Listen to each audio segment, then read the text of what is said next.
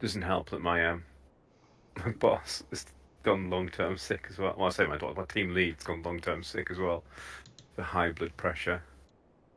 Oh dear. Yeah. And then he had a review and he went, well, they've brought it down to 137 at best. So they're tweaking on meds and they've got to take more time off sick as well. I sent you I the was like, thing, Simon. Oh, thank you. I was just thinking, if you've been on blood pressure medication for a month and it's down to 137, what was it before? Mm. Boobly Dread to think. boo. He is a highly strung person, though. Like, even when he's been off, he's been mentioning everyone, like, what's been going on? What's happening there? And you're like, dude, you know, we can't tell you all the message. Mm-hmm. And We lo have and something like behold, that. I said the Americans proved our point, luckily. Boobly boo.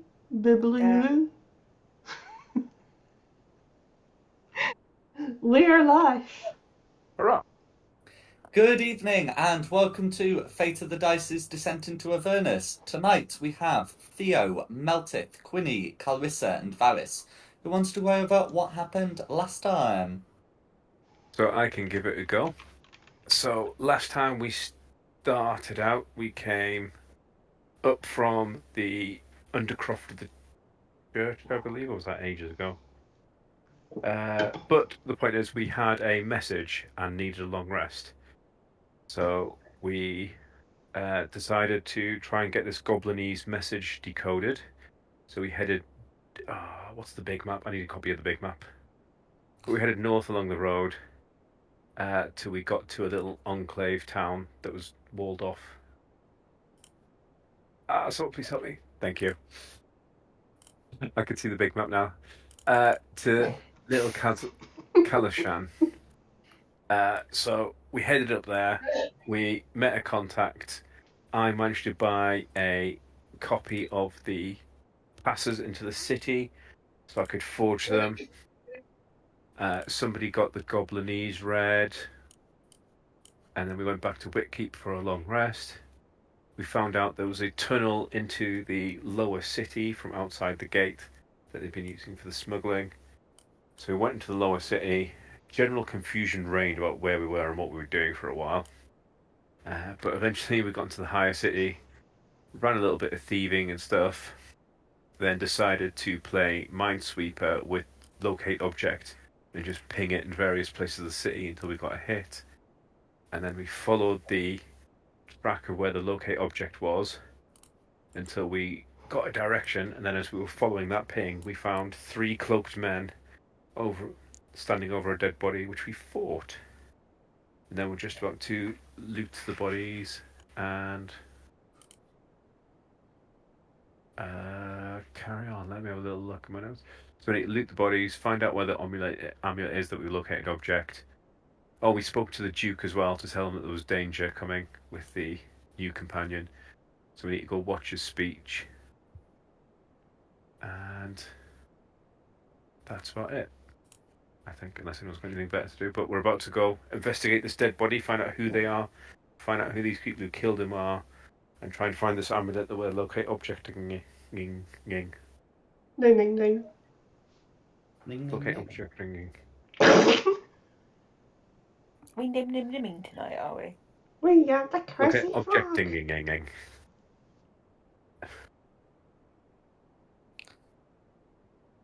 No worries. Okay. So if we start up where we left it off. So there's a dead body, and then there's the 3 assailants who you killed. I think we accounted all of them as being dead, not unconscious. So, what are you guys doing individually? Also, Varys, you'll need to pop the token down, and I'll GM layer shoot lungs.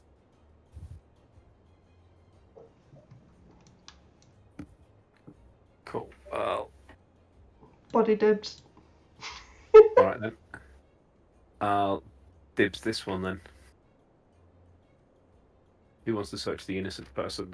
Well, we assume there isn't. There actually could be. We could have murdered 3 inquisitors or something that has just stopped a major crime ring, and we just killed the police. We don't know. Weren't they attacking us? I'm pretty sure they were. I think pretty sure we attacked them first. Were they just aggressively defending then, are we saying? I believe they were stood over a dead body, and we just went, "Cool, let's kill those guys that stood over the dead body without investigating." It's possible.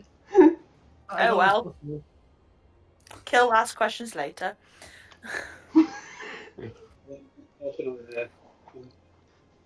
A pun, Varys? It's not letting me put my token down. How strange.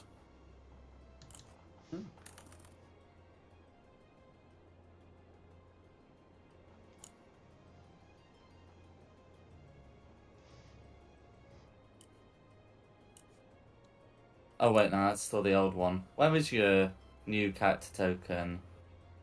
I can pop your Drake down. Mm-hmm.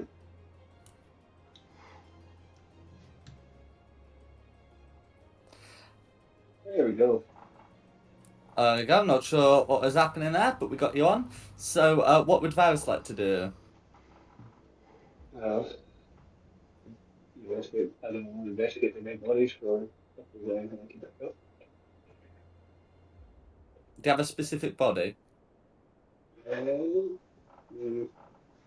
Just again. Cool. Okay, so so it looks like you're all looting the cultists. On them, you're able to find that they are definitely cultists because you're able to find their daggers, and it's that has the insignia of a skull with the red blood drops, and it's that that Shulong was locating with the locate object. It looks similar to one that you found near Elturel. I took the liberty of assuming that, when Shulong was trying to locate another one of its kind, you'd left the other one somewhere. Otherwise, that was going to be a very short locate object spell. Absolutely. Uh-huh. Seems like a logical thing to do. That can't be us then. No. It's far too Cool. logical. I mean, I'm supposed to be find a note on it with a hideout address and password or something like that. They don't have anything on the kind on them. They each have a pair of daggers with this insignia, and their cloaks seem to be not fully magical. They're not magic. Well, yeah, they're not permanent magic items, but they have some magic associated with them. That the similar ones that you found at Baldur's Gate didn't. Can I do some sort of check to work out what the magic is while he checks to see if he's got any sort of identify object spells? No, he hasn't. Yeah. Can I do that then, please? Absolutely. What sort of check do you want? Oh, Arcana. you said it, Arcana. This is not awful, not great. No worries. You can tell it's got illusion magic, but for the full properties, you're either going to need an hour's work, an identify spell, or someone else to have a look at it. I'm going to yoink it anyway. Yoink. I can have a look at it for you as well if you want. Yeah, you can have a look as I start pulling this one off the body. They each have one, so Quinny can easily find her own and do the same. Cool. So you're able to work out, more or less what this thing is. So their shrouds, their cloaks, have some illusion magic that is bestowed by their connections, and it's that allows them to turn invisible, whilst as not part of the cult activities. And in fact, because of their daggers, you know that it's because you're not affiliated with Baal, the god of murder. You're not going to be able to use them to their full potential, but you can use each cloak once to turn yourself invisible until the start of your next turn this requires no action.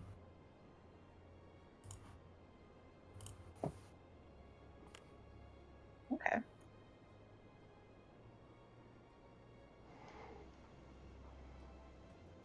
So how many of those have we got? 3? Yeah, each had one. I mean, if I became a murder hobo.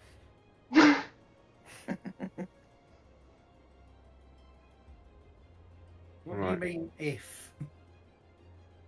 Well, I've got the hell dagger. I mean, I am just one bored afternoon away from becoming. I've got a murder dagger and a desire to refill the 25 gold I'm still missing. Hmm.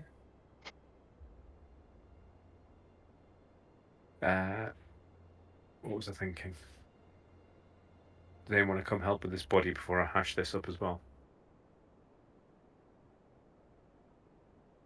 I'll come help. I'm trying to see. I do. Oh god, I am not good at investigation. How about people who are good at investigation come look at the important body? I'll come help. I've got a 2 for investigation. I've got I've got a +6. 0. Yeah, that's fine. Do it, I'll have to help as well. I think the +5, +6 people should look at the important thing. Oh, this just goes for zoomies. A natural another 20. Very good, Quinny. So yeah, so having a look at this guy, you're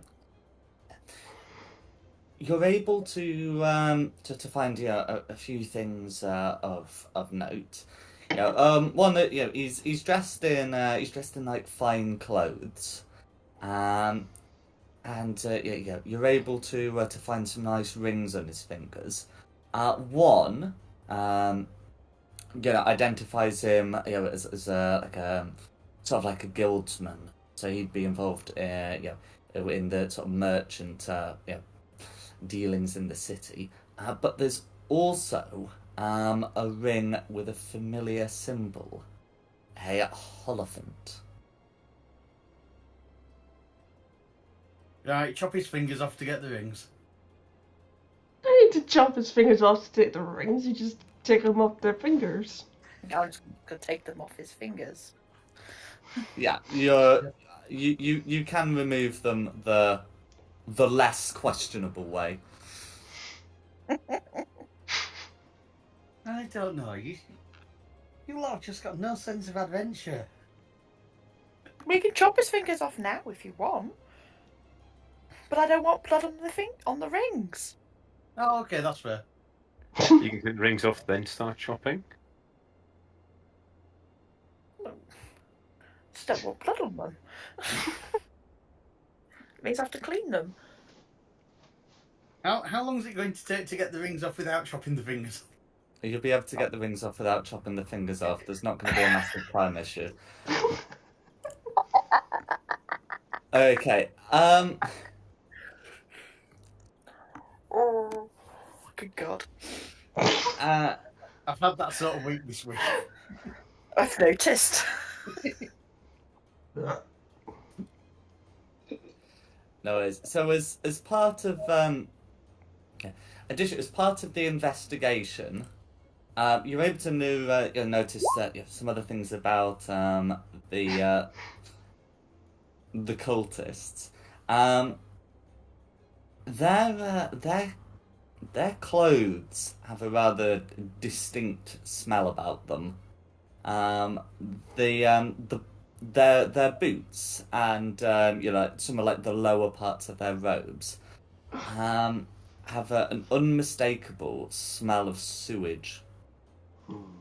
Ew. Ew. You sure you want those rings? Well, I like to think they ain't going around on their hands and feet, like crawling on their feet, hands through the sewage. Sorry, that's not. Just like on the soles of their boots. And like the lower parts of the cape. So it's a sort of thing that might have been walked in rather than crawled through. I mean, how far up their boots are we talking about? Like ankle deep, just the soles? How deep into the waste did they go? Oh, it would just be like it would just be like on the soles. So they haven't been like walking through the tunnels of it, washing it out. So it's just like a muddy field. Yeah, they've not been like wading through sewage. Cool. I think we need to go to the sewers. Ew. Mm. I mean, does anyone have the ability to summon a tracking animal? So Just the what? great. Well, follow the smell of sewerage back through the streets to find where they came out. No.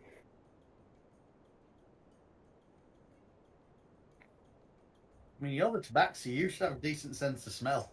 I was just thinking that. Yes, cats might have a good sense of smell, but not a good sense of helping. You never have sniffer cats, do you? And drakes aren't real, so I don't know if sniffer drakes are a thing.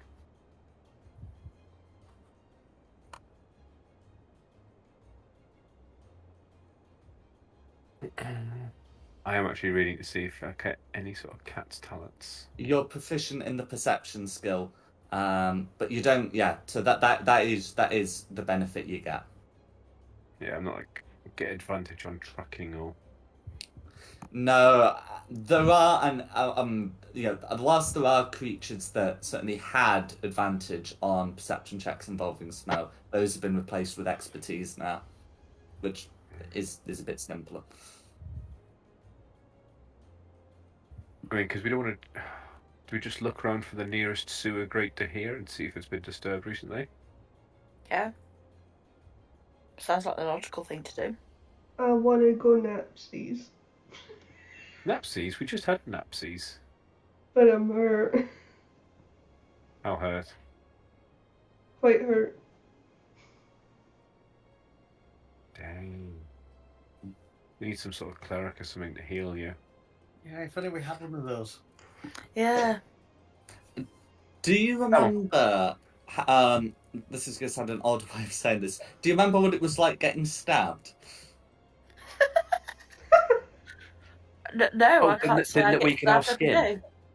Was it weakening the skin or something? Or it felt like it? Yeah, so a lot of you felt like that. Now, obviously, Barris has no idea what we're talking about, and Meltith didn't feel it either. But certainly it's something that a lot of you would be like aware of. Certainly, it's not normal to get stabbed by a dagger and take 18 piercing damage, which someone did. Ah, yeah. I just hit at the back and used range spells. Yeah. Like a good sorcerer.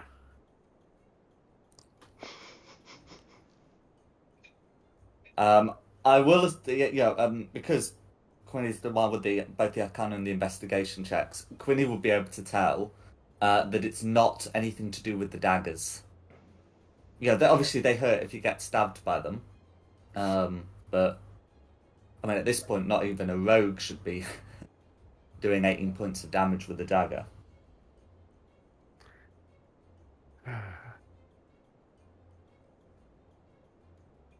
So does it have some sort of spell over the dagger then? Was The it like the daggers don't seem to be magical, and the cloak shouldn't be doing either. Invisibility doesn't increase your damage. No, but I mean, like, there's obviously the cloaks are getting their powers from being a follower. I wonder if the daggers are getting the power from the same thing.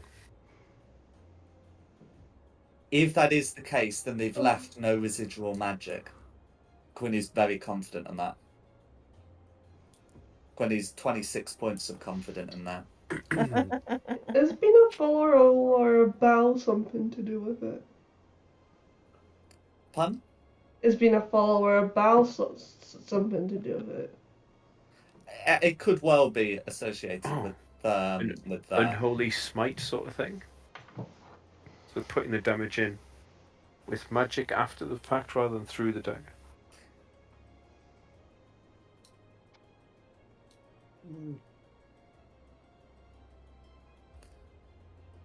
The point is, all of you felt a bit iffy near these guys. But anyway, is there anything else you'd like to do here? I Have we done an investigation check or anything on the dagger? I mean, I'm assuming the dagger's now on the floor. Is this from a... I was letting Quinny's ride onto the dagger, yeah. And I was telling you what would have been found.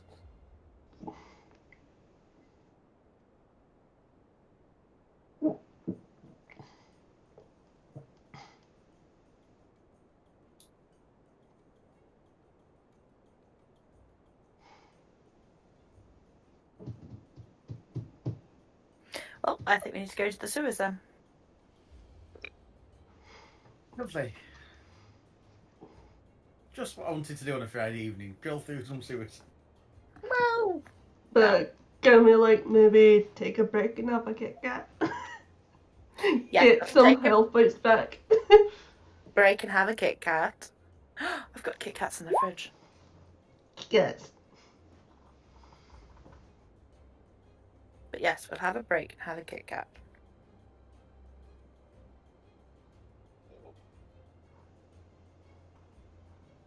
Yeah. In So the is the plan tavern? to take a short rest? Or if you want to take a short rest, I'm in a pretty good place. If I can wander around and try and find the sewer grate and not do anything with it until you guys are there. No worries. I'm just gonna have a quick look at the city map. Where's the nearest? Okay, so yes, so you're in Heapside. So that means that the nearest place to you is going to be the Blushing Mermaid.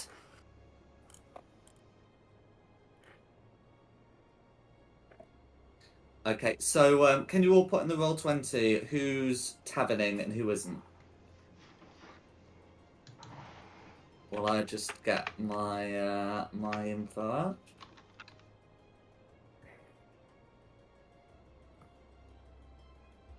I think you're the only one that's going to the tavern. So we'll tavern. Okay, what are Theo, Quinny, and Varys planning to do? I've put I'm not. No, but what are you planning what to do if we're you're not planning taverning? Scouting around for this sewer grate entrance. Okay. Yeah. Is that what all three of you are doing? No, I think I'm just gonna wander around and see if I can find some crowds and just listen in to just general conversations. No worries. Probably would be Well, better so it's doing it at the it's tavern. night time at the moment. Best time to Yeah. find people is Yeah. in the tavern rather than the street. Yeah, no, I'll go to the tavern and I'll just listen to general conversations in the tavern to see if I can get anything useful. That's fine. So we've got 2 taverning and 2 sewering. Is that right? Yeah. And then what's Meltith doing? Just looking for it, not going into it.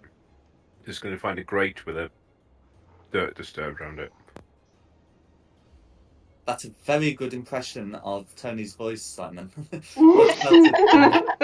Well, when you said sewering, I didn't want to end up in like, you found the sewer and you jump in. No. No, I know. I mean, I was going to ask you for some more details at the time, but yeah, no, that's quite alright. But seriously, what's Meltith doing?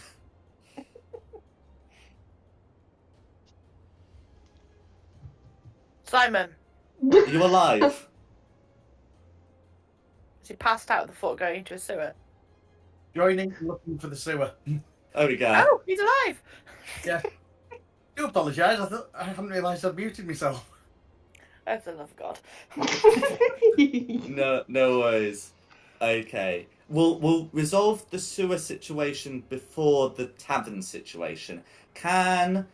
We'll treat it as a group check. Can the 3 who are sort of sewering make me an investigation check, please? And we'll treat it as a group one.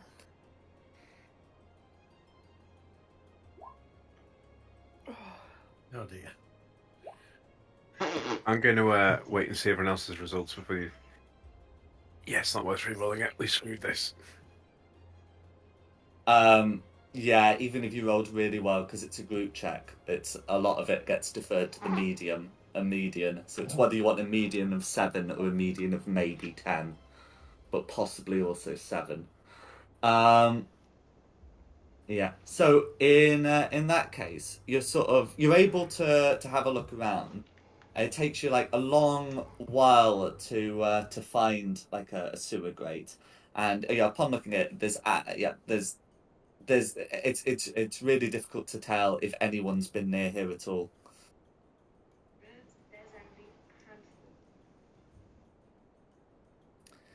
Whilst the three of you have been doing that, Carissa and Quinny are going to the tavern with the intention of taking a short rest.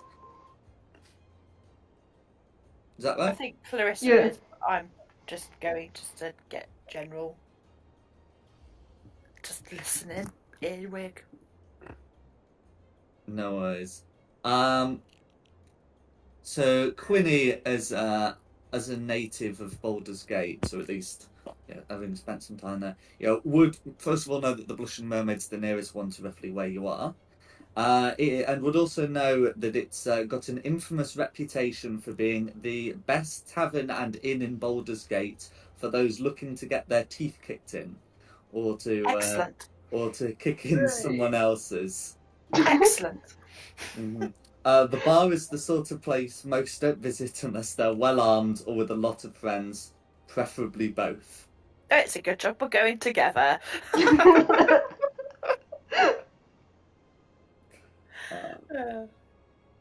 Yes. So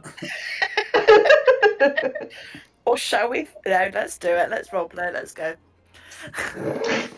no worries. Well, it's yeah. So you're able to get in, and it is a bit of a raucous place. Getting in there, you can see that the bouncer is not like your usual like tough guy, not even like an orc or something. They've got an ogre who will scrutinize you before letting you in. We're giving you the customary greeting of the Blushing Mermaid, which is don't try it. We won't. The place takes its name from the life-sized wooden mermaid hanging above the incongruous reception desk. A dozen blackened and withered hands nailed to its body.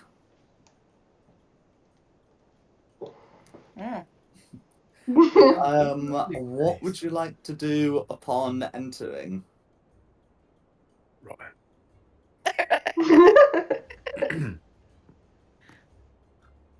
Go up to the bar, I suppose.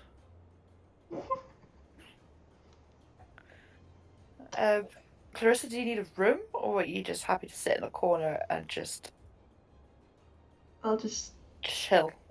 chill in the corner. Okay. No worries. So you are able to to get some drinks. It's 4 copper pieces a pint. You're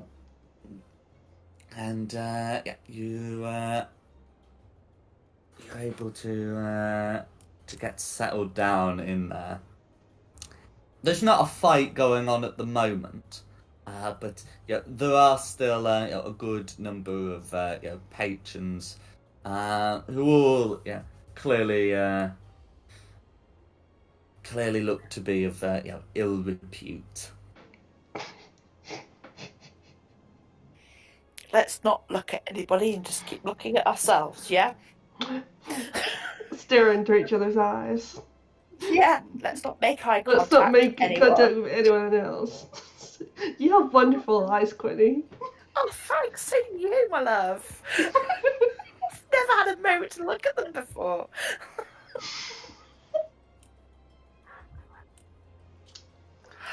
Oh, this beer's funny tasting, isn't it? They cleaned the pipes out for a while.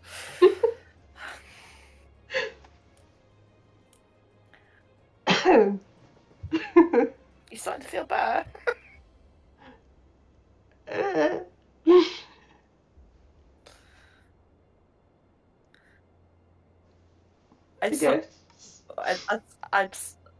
As we're sat on the table, though, I sort of pull my cloak up a little bit more around.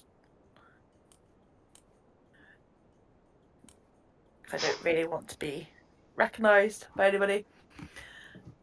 If anybody's in there that I might know. No worries. And just listen. I'll pop you on the map so I can show you, so you can see, more or less, where you are. Like, you can see I've got the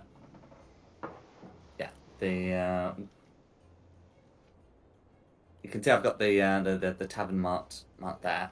So you'd be back here, minding minding your own business. You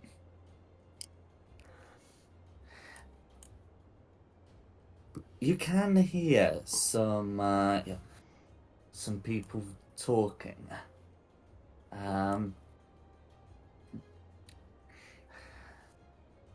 Nearby you, and they look to be a group of sailors, drinking here, and one of them says to the other, one of them says to a member of the group, why'd you want to bring us here anyway? Low Lantern's usually our place. And, the sailor here says, I can't. I'm barred from there.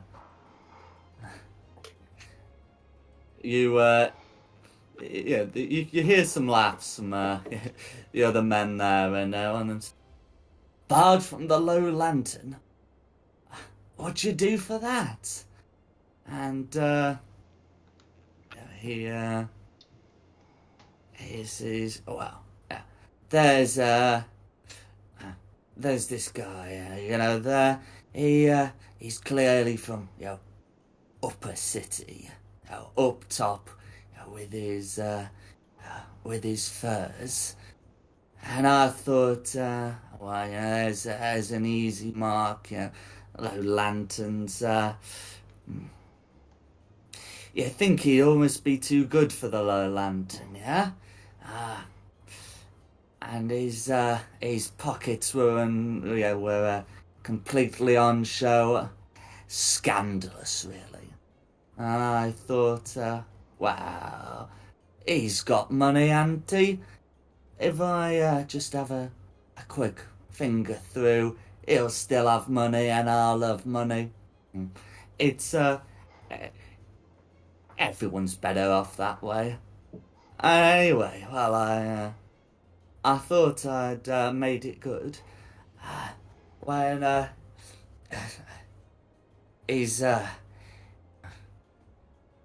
his right-hand man, I guess, suddenly has his right hand on my shoulder. Never saw him. He just seems to come out of nowhere. I'm forced to do a runner.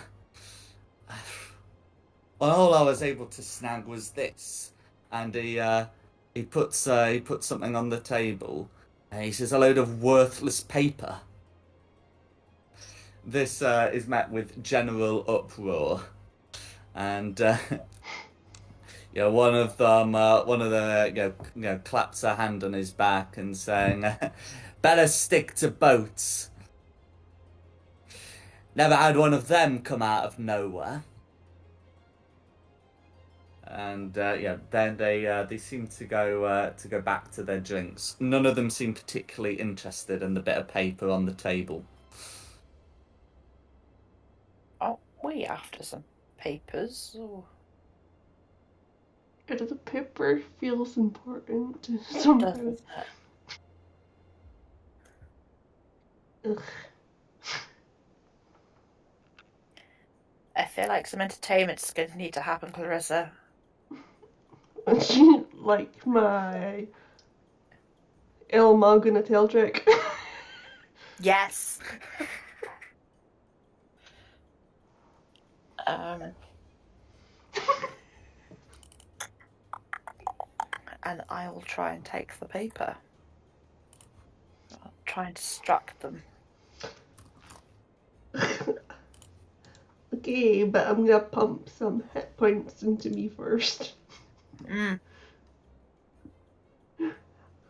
I'll use my full pull of lay on hands to pump some hit points into me, if that's okay, Jack.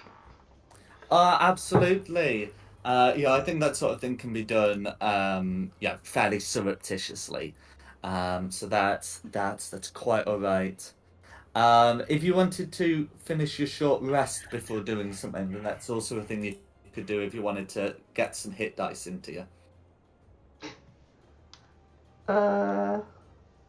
Yes.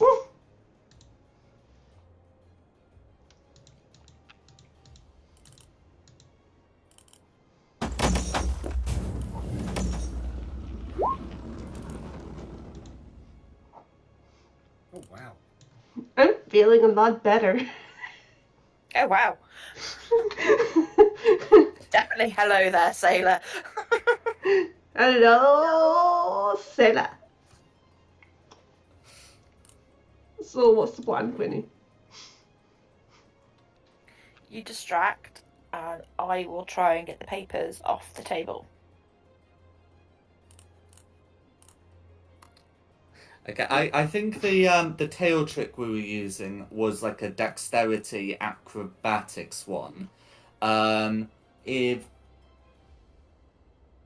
there's like a different, trick you want to use, you can of course try doing that. But yes, just because that was the thing you did last time, and I just wanted to, yeah, make sure aware of the check being used if it's that specific one. I guess the tail trick's the best thing I've got. Can't think of anything else. Well, no, that's absolutely fine. The best trick is the one you can think of in it.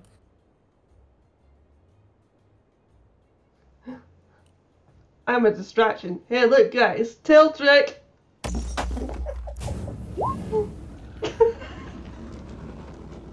Ah! Smash. What's the roll? 8. An 8. Yeah, that is. That's like going right on the floor, and you're able to get some dirty looks from some of the staff. It's not. Yeah, they're used to worse, but they know that this sort of thing can be a harbinger of worse. The men seem sort of unimpressed.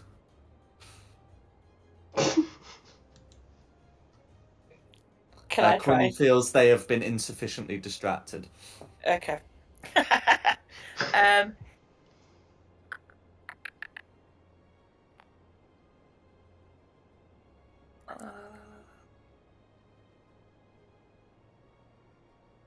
I'm just trying to think. What could we do?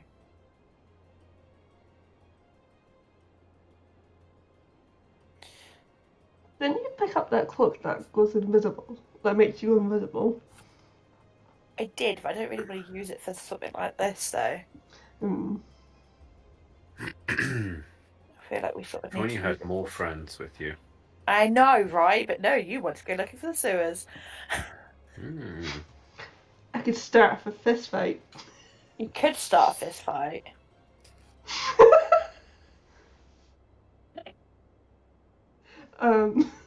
We really need some sort of long-range communication device, I think. We really need to find one of those again. Well, we don't currently. I know, we don't have one. We need one.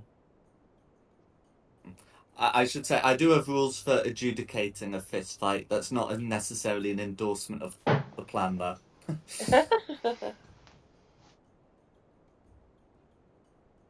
Fist fight's the best I mean- thing I've got right now. I was trying to think if ever I could try a prank of some sort, but I don't know if that would work. I mean, did we know where we were meeting up with you afterwards? We should have really planned that out. Yeah, we already should have done. There.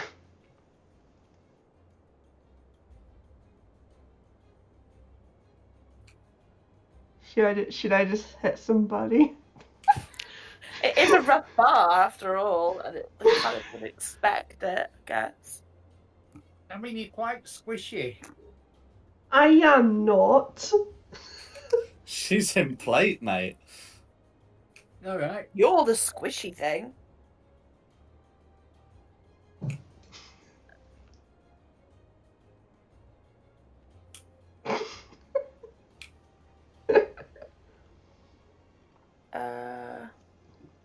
So I haven't really got many tinkering left. Otherwise, I try and do like a magical tinkering thing. I could just hit somebody. I'll hit someone. Let's do it.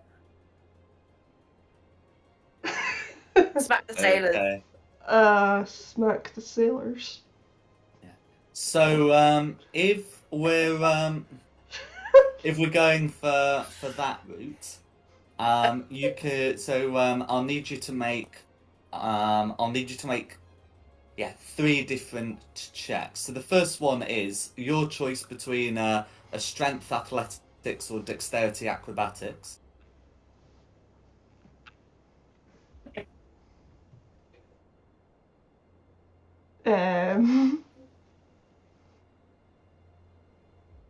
Probably strength, I'd say. Go for it. So strength athletics.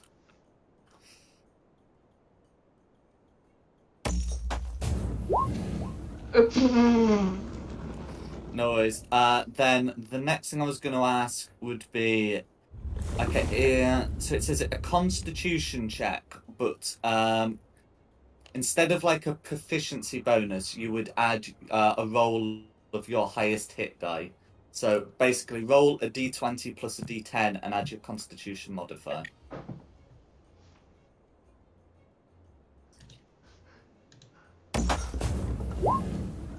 D20 I D10 cast guide.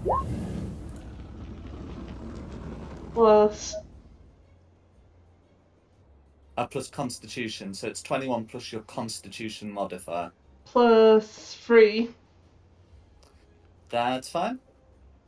And then the last thing is a weapon attack, please. I wasn't gonna full on like weapon. I was going more for like fist fight. Yeah, but the unarmed strikes would still be the same amount as with the long sword. But yes, that's yes, a good thing to point out. That yes, we are considered this to be an unarmed strike. We are kind of reasonable people. Just whip out my horns on and be like, stop, stop, stop. You feel distracted, yeah. Are you distracted? Stop. I suppose we could have invited them into a game of cards, I suppose. Okay. So you've got 1 very good roll and 2 sort of poor ones. The the result of this is Carissa attempts to start a fight. Because like there's still 1 success, which means Quinny can attempt to stealth check. But the fact is, Carissa is certainly getting thrown out the bar, probably by the guys, if not the ogre. And we'll have a level of exhaustion by the end. Oh. I could do it in hit points. I'm going to do it by exhaustion. But Quinny can still attempt to steal the papers with a sleight of hand. Okay, 12.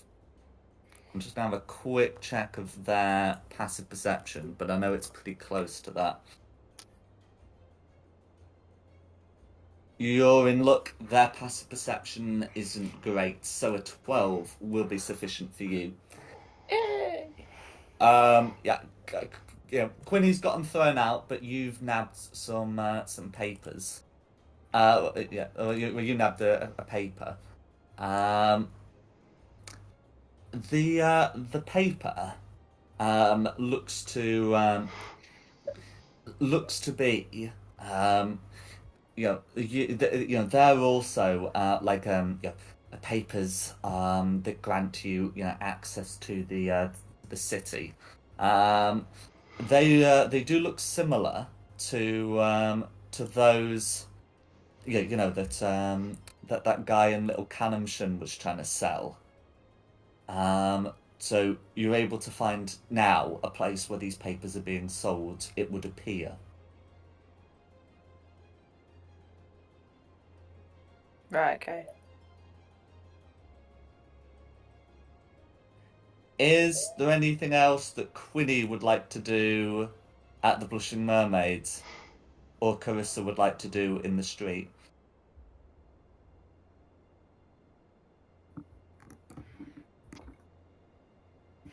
No, I'll come and join Clarissa in the street.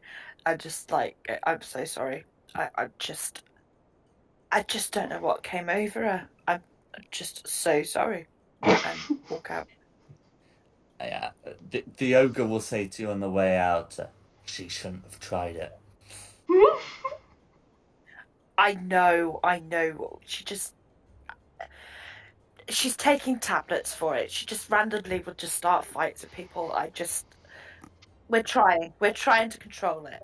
We are. Come on, dearie, let's go.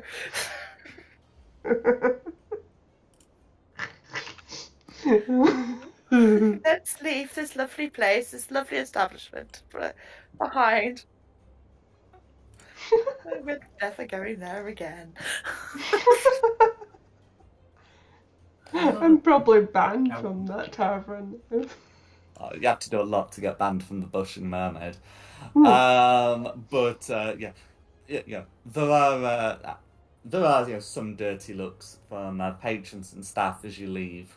Well, as Quinny leaves. And then yeah, you'd be able to meet up with the others.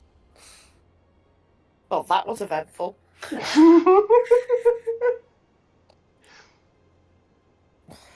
Oh dear. But at least we know we found somewhere that we can buy these papers from now. Mhm. I think we found a source of them.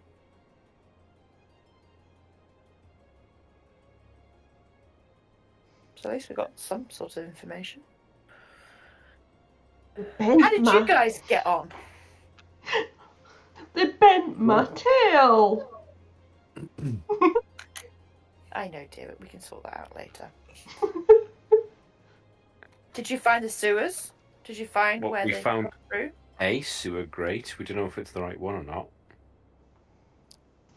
Why don't you come have a look with it? Sewers aren't on rooftops.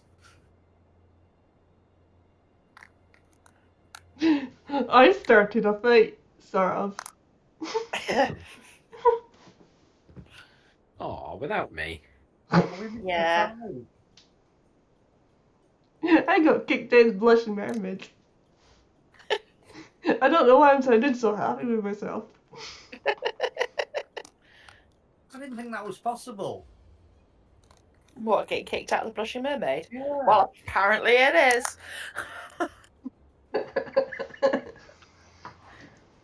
Let's just say we won't be going there for a while. At least a day. Do you want to show me this sewer grate and we can have a look? Yeah, we'll take you out and just point to it and go, great. Wow, it's amazing, it's great. No worries. Okay, we have kind of done a group check, but I'm happy for one person to make an individual check, so you do have 2 honoured rolls.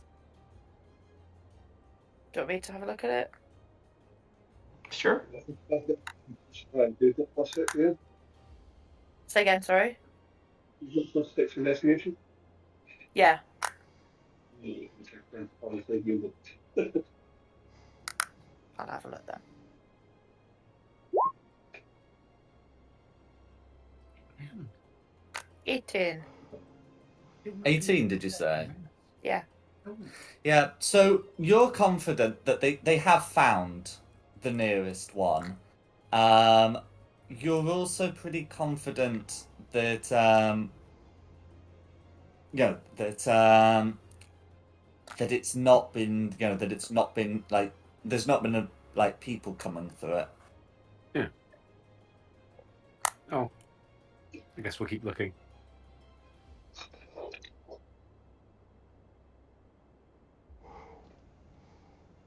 We could always go back to the Blushing Mermaid. I'll go back in there with my sleeves rolled up. Right, you got friends with you this time.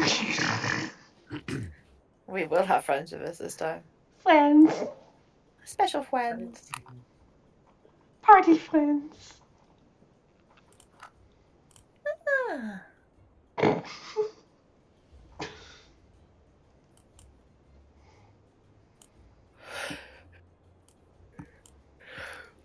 Do you want to go back?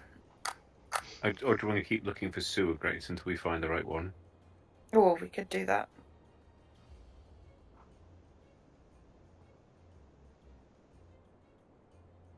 Let's keep looking for sewer grates, as this one's feeling a little bit tired from the antics at the Blushing Mermaid. We ain't getting a drink then. No, I think we need to find either a pub or something else, a different pub or something else that might sell drink. No worries. The night's gonna start getting late shortly, and if you're gonna be spending like a lot of time looking for for sewer grates, you might struggle to get anything before the pubs before the inns start closing. Maybe we should go down and then look at the sewer grates tomorrow. We should try and get hot on the trail. I've got a Yeah. level of exhaustion.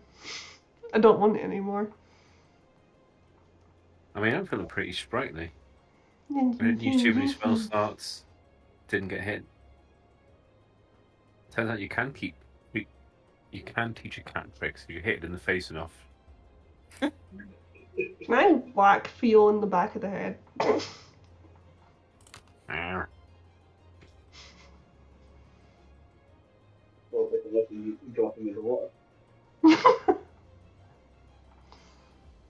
I mean, I've been attacked by a sack full of cats, but I'm still fairly able. Yes, this cat has a dagger that sends your soul to hell, though.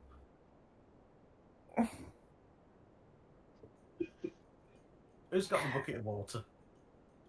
Dom. Um, None of us.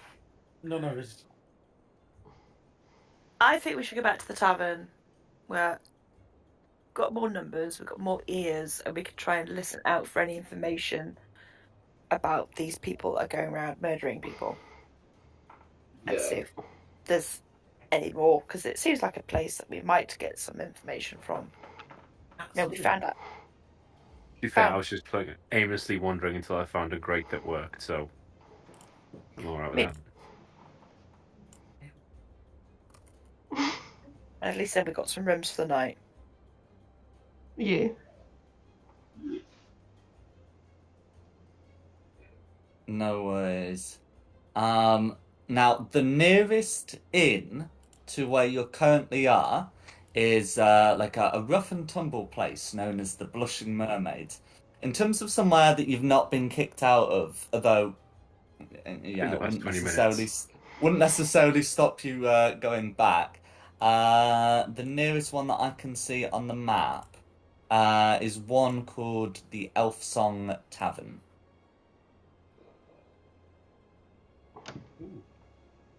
Should we go there?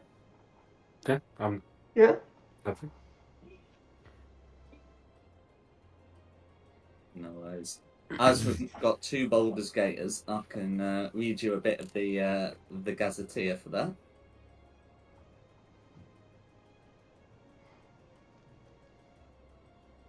You'll have no difficulty getting lodgings. Huzzah! The clientele is a bit rough and tumble, but it's not like the Blushing Mermaid. It's one of the most popular in Baldur's Gate. At infrequent and seemingly random intervals, a disembodied elven voice cuts through the crowd. Its song haunting enough to magically dim the room's lanterns and make even the bar's most hardened customers weep. Oh. Hmm. Does it say anything about the quality of the beer? The entry does not mention the quality of the beer. It's probably not responsible for the singing.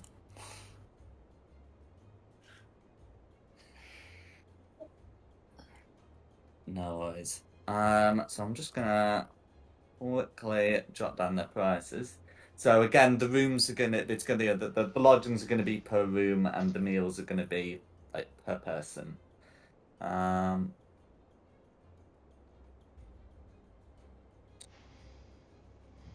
Yeah. So yeah, so it's gonna be 5 silver pieces per room, and 3 silver pieces per person for meals.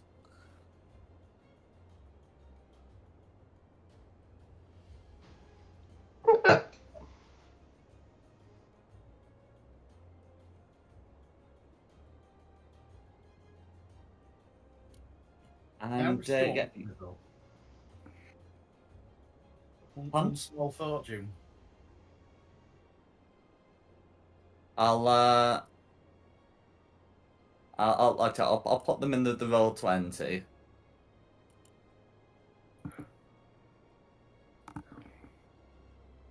What are the party funds say?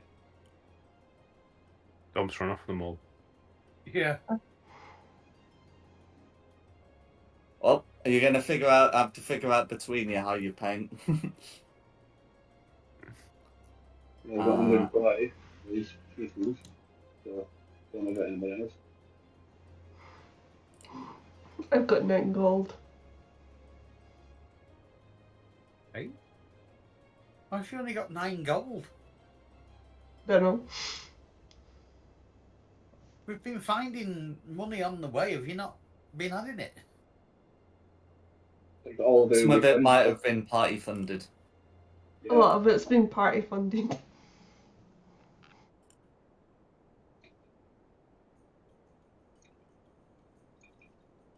Go on, I'll buy a room. And I've my marked meals down for that the day. I've bought a room. So how many others is there? I can buy 2. I can cope.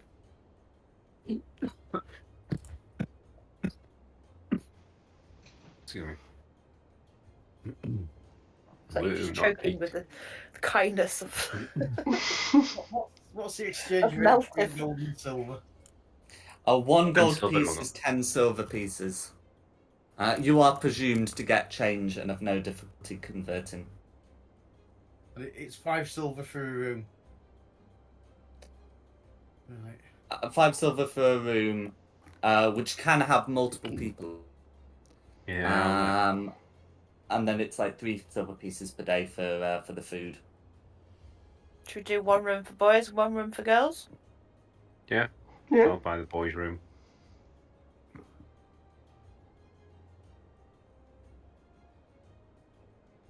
No worries. Okay, and then once you're done, you'll be able to settle up for the night. Is there anything you want to be doing before before settling down for the night and presumably taking a long rest? Drink. Can I try forging a couple more of these passes to sell to other people?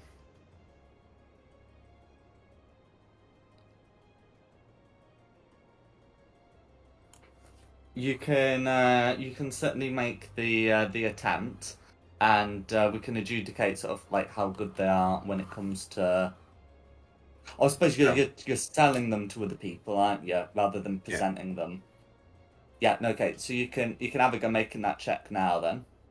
So Sleight of hand. yeah. Well, it's a dexterity check that uses efficiency in forger's tools. Be this plus 2 then. 19. Yeah, so you're confident that you've been able to make some good quality ones. And I'm just going to long rest for that. and try and flog them in the morning.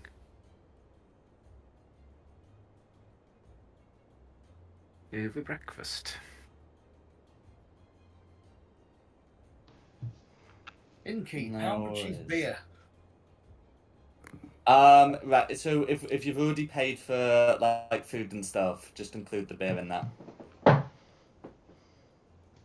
Because what's it like? 3 silver's enough to buy 7.5 pints. And while it's presumed that you won't be doing that, it just provides an approximation. Oh, right, so it was room and food. That's what the 3 silver pieces per day per person is. Right. It's all inclusive. Hooray! I like this place. Can I just find a quiet corner somewhere and just sort of listen again for any information regarding random murders that are happening around the town that don't seem Yeah, to add up? No worries. Yeah. So yeah. So it's getting it is getting late, but you can certainly have a listen.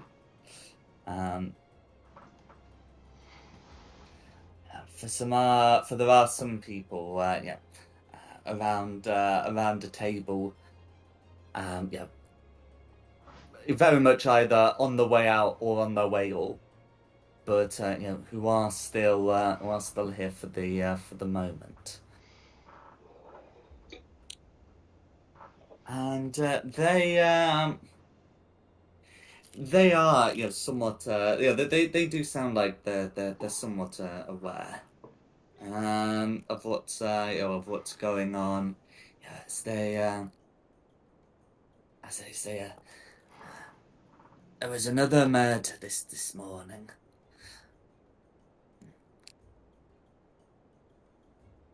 Another one of those Alturians. To which the other to which one of the others says one of the refugees, and shake their head and say no, she was well, from Elturel, but moved here years ago. And one of them shrugs and says, they say the dead three's behind these. They've come back. Which someone unsympathetically says, well, at least they're just killing Alturians, right? No need for us to worry. Is there anything Quinny wants to say at this point? Or is she content to listen? She's just content to listen and get as much information. No worries. Yeah. Well, they continue talking about some of the particulars about that. It looks like there's been 3 confirmed refugee deaths, and this is like the first confirmed like Alturian, but who's a resident of Baldur's Gate.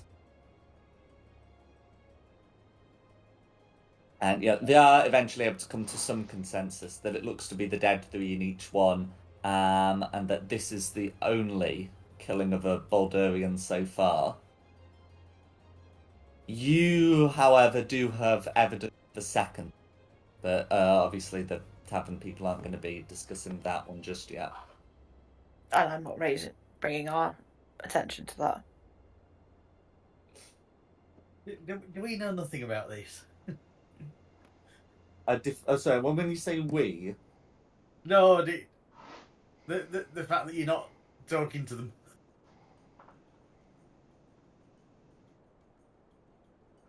Oh, I mean... I'm just sat there drinking my beer quietly, listening to conversations going on around. Yeah. Quinny is able to hear this. I only describe stuff if someone's there to observe it. No, I'm thinking, should we try and talk to them?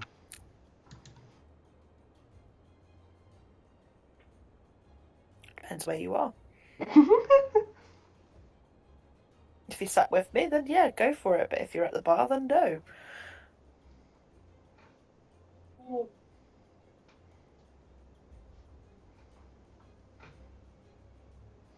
I was at the bar getting drunk. I'm a dwarf. And you're not sat with me then, are you? No, I appreciate I'm not sat with you. I could be shat with Quinny. But Are you though? No, Kenny, if you want to be sat with Quinny, that's fine.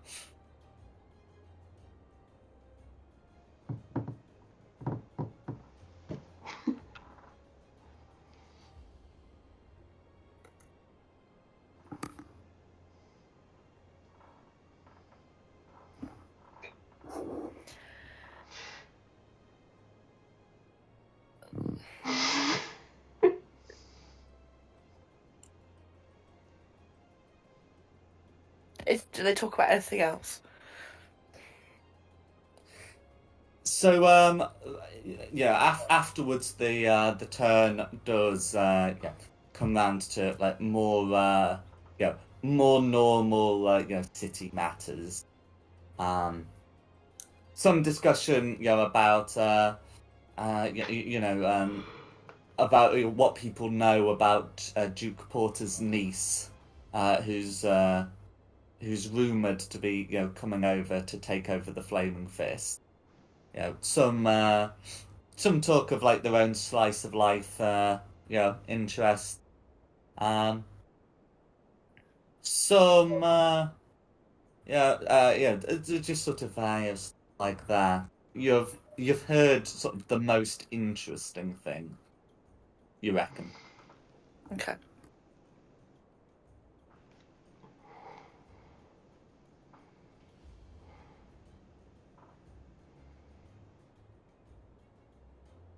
What do you think, Clarissa? Obviously, talking very quietly. seems that the murderers have something against Eltarians. Doesn't it? And now they're turning to the Baldarians. I think that's how you say it. Baldarians, Baldurians, yeah. but that Baldarian was an Eltarian that had moved to Baldur's Gate. But we don't know about this one this morning now. A second murder. Whether they were Baldarian and moved to Baldur's Gate. There's definitely something about Baldur's Gate.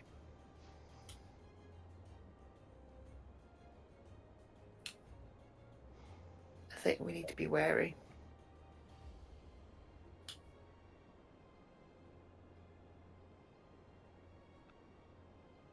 And get that drunk dwarf to bed.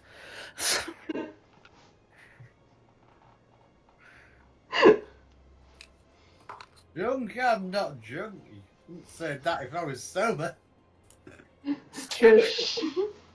She'll throw Meltive over my shoulder and carry him up to bed. Contested strength check. Is that a challenge? Do you help?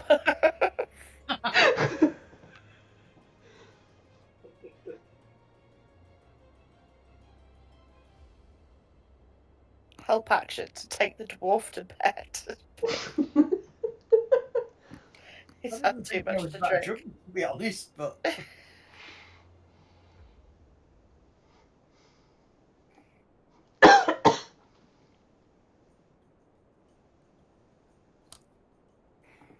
nothing's coming out, Mr. Pussycat.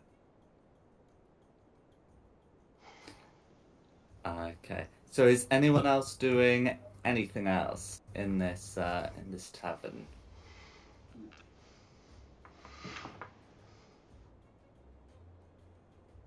I was hoping to listen to the conversation at the bar, but if I've now been sent to my room, it doesn't look like that's happening.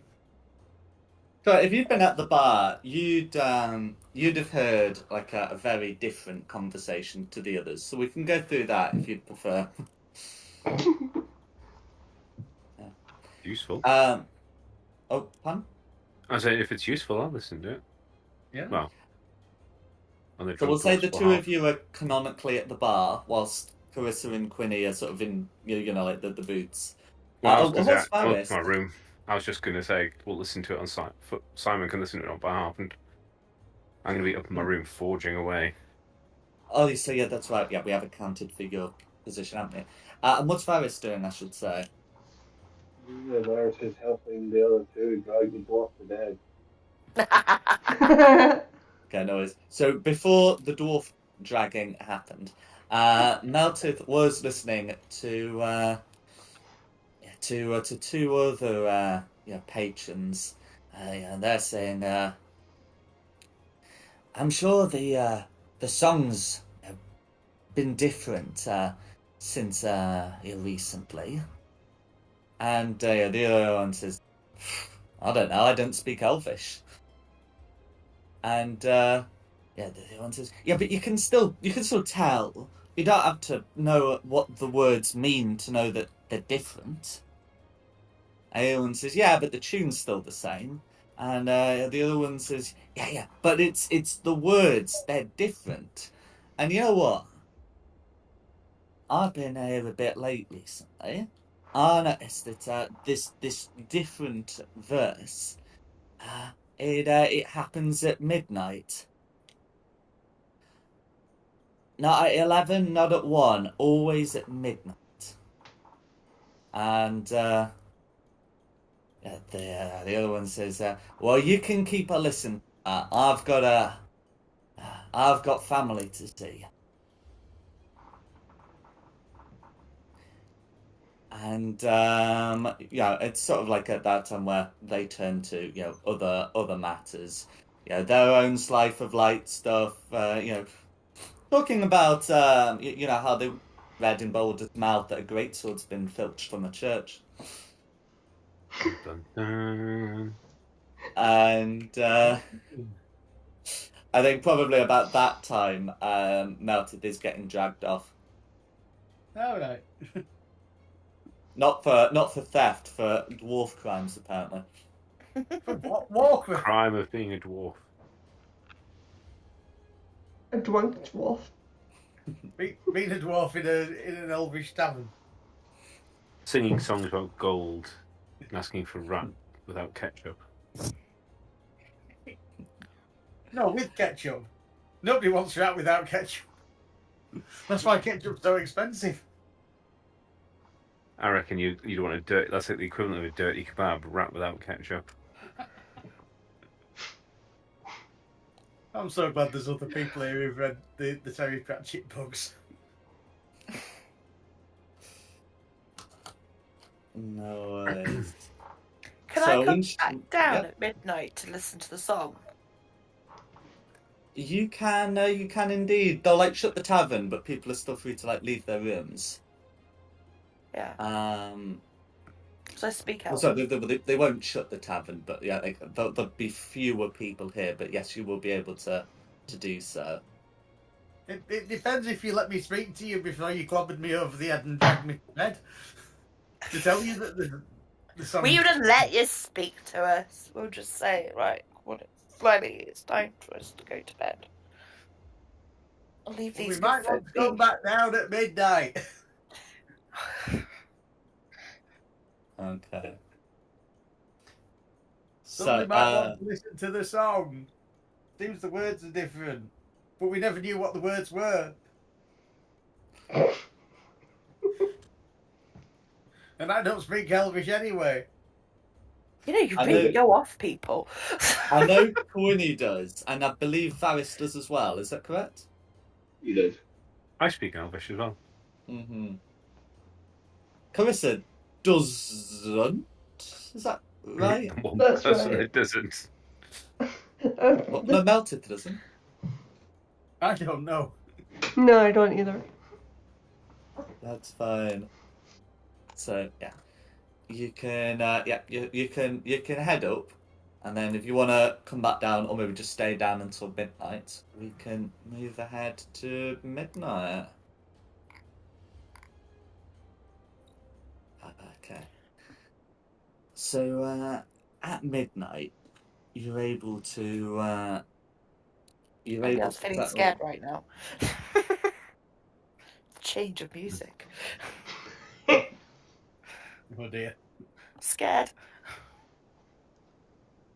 You're able to sit yourselves down, And at midnight, as promised, the lights magically dim, and you can hear the following lyrics in Elvish. Oh, sing a song of Elturel, of wood and hill. The sun dawns on her ruddy cliffs and fields green and still. This land of long abiding joy, home the strong and brave, renowned by all across the realms and never once a slave. Oh, sing a song of Elturel when foes are at door.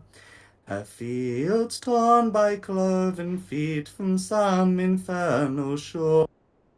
Arise, the mighty Hell, take up your swift, keen swords, then charge into the hellish fray and scatter devil hordes. Oh, sing a song of Elturel, and when night does fall, sleep safe beneath companions' light until the dawn does call. We're bound by mortal covenant that only ends with death, and so we'll sing of Elturel until our final breath. And so we'll sing of Elturel until our final breath. And I'll pop the lyrics in the Discord as well. Well Damn, done. I think Jack, I Wow. didn't know you That could was sing. impressive. Yeah, just a moment, just Wow. appreciate that. Yeah, that was well done. That was Woo! good job. Woo, well done, Jack. Thank you. I'm glad I came back down to listen to the song now. I didn't understand a word of it. It was very pretty singing though.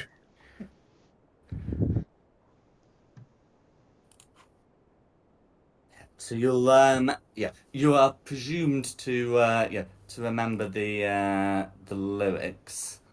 I'm trying to get them on a handout, so I'm not typing out the full text of the book.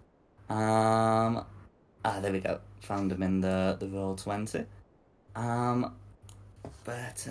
So afterwards, the lights returned to normal. You can see that some of the patrons did stay back to listen to that, and at this point, everyone, staff and all, they are going to to bed.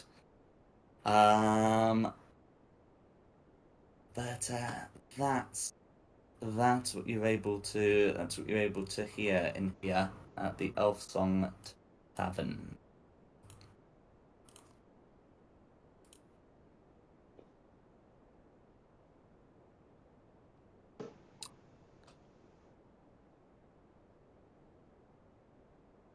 Well, me as Clarissa, I didn't understand a word of that.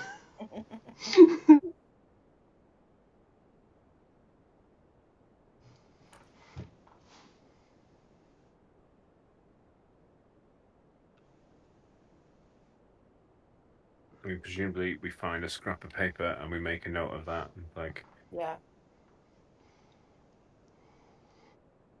I mean, that's just the song of the Hell Riders when they push them back, isn't it?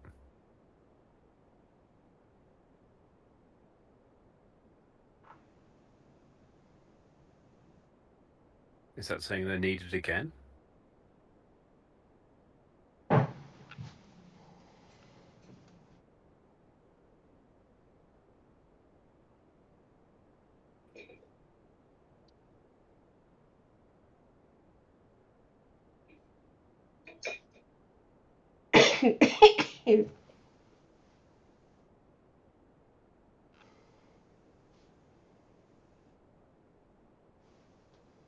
So, dog rest, everyone? Yeah. Yeah, I would like to push that button. Absolutely, you will be able to push the button. What's your plan for the morning? Food. Food. Yeah, breakfast. I'm going to try and sell some of these passes using the excuse saying we're leaving the city, so we don't need them anymore. But in general in the day, I don't have a better plan other than find the sewer grates and go hunt down some cultists. That does sound Yeah. like a good plan. I like that idea. Mm-hmm. Just throw a bucket of water on the door to wake him up.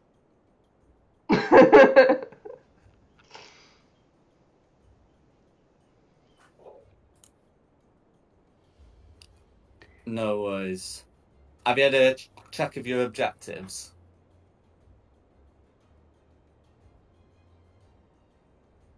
We have objectives. I thought Well, I breakfast mean, was the objective. one of you put them in the Discord at the end of last Oh session. shit! We're supposed to go see the Duke. We were supposed to go listen to the Duke's speech today, aren't we? Oh, Yeah. yeah. Oh dear. So we Well, investigated the in- murder victim, looted the bodies. We didn't find the amulet. We kind of gave up on that. We'll see the Duke's speech. They had a weird aura around them. And number 6 was just to make a bit of gold back, but it's fine. There'll be plenty of time to rob shops before we leave. So, I must say, regarding the term amulet, I was a bit unsure what Dom meant. He was talking about like a symbol that that the cultists were using, and the one he described matches the one on the pommel of the daggers. So that's what I thought he was talking about. Cool. All right then. Yeah, that'll do But then. in any case, you were able to find the thing that the locate object was pointing at. It led you to that murder site. Cool. So Duke's speech then. That's what we need to do next. No worries. So the Duke's speech is going to be sort of like mid-morning. So you can absolutely, go around trying to sell your forged wares. Loot shops. I mean, I was looking at midnight time to go and rob a shop, but it's fine. I'll do it next time. I'm not doing something overnight.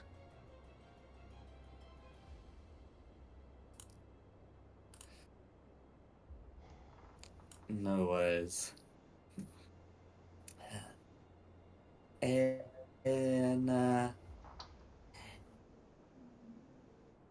that case, you'd be able to spend some time selling these passes.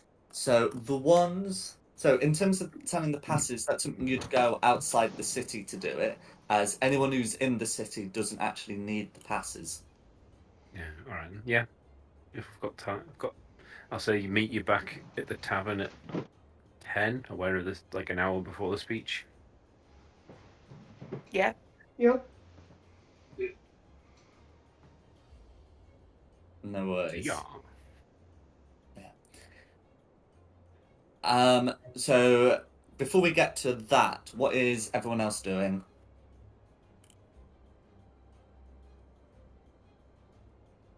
I guess just wandering around. Just generally taking in the sights. Well, No we're worries. looking for this here sewer entrance, aren't we? Yeah, I mean, you'd still have some time in the morning to look around for sewer grates. It would be it would just be a matter of like going inside them that risks eating up more time than you have. I will be wandering with the group, but looking for the sewer grates. Yeah, trying to find one that might be big enough to fit through. No worries. Can everyone put on the roll 20 if they're sewer investigating? If they're having a great time.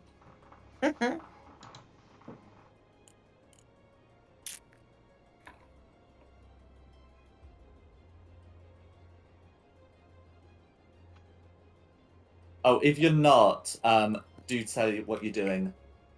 So that's fine there. Okay. So sewer people, can you make an investigation each, and we'll do it as a group check.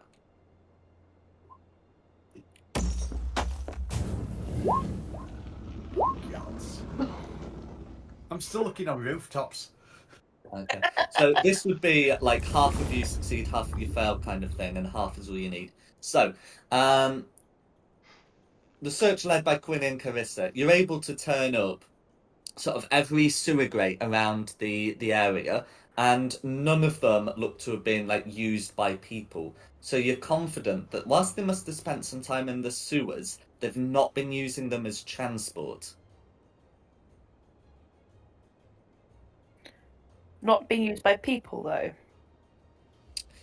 There's no indication that they've been used like by people, no. Or like the grates have been like lifted recently. Okay. There's no sign anything's been like in the grates except like watered down kind of thing.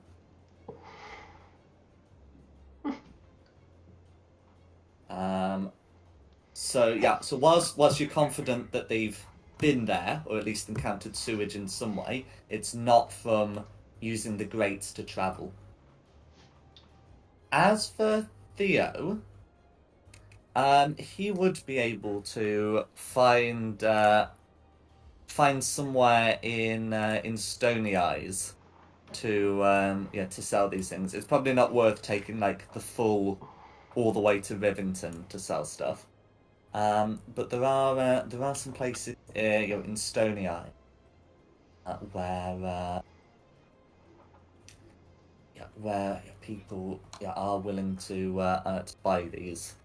It's one of those. You'd be able to get like about 5 gold for passes. For one of these. For one of these. Forgeries. Yeah, for one of these like forgeries. Yeah.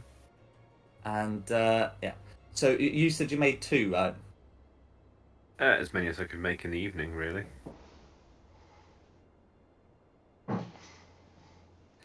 Okay. No, I heard a couple. So that's what. No, I was Okay, gonna say just as many as I can churn out in an evening while they're all doing that stuff. That's fine. Well, we get that determined with the 17. That should. We'll say a 17's enough to make 3. That's fine. Okay, and with in that case, you'll be able to get them sold, bringing in 15 gold. You note that one of when one of them, one of the people purchases from you, they will say, "Thank you, Mr. V." Yes, you're welcome. As they as they pay for it. Anyway, Is I must there be off. anything else that you want to do whilst in Stony Eyes? Just try and look like I'm walking down the road away from the place, then loop back without being spotted. Mr. V.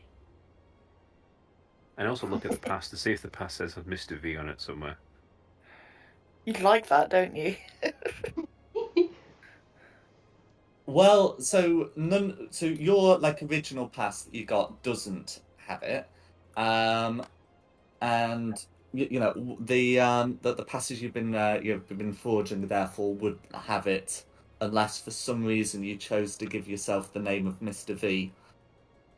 No, I don't think I did. No, but nevertheless, someone has put upon themselves to address you as Mr. V when thanking you. Okay. Cool. Shouldn't you be Mr. T? If he was inventing a name for himself, that is a thing he might choose. He has been especially addressed as Mr. V.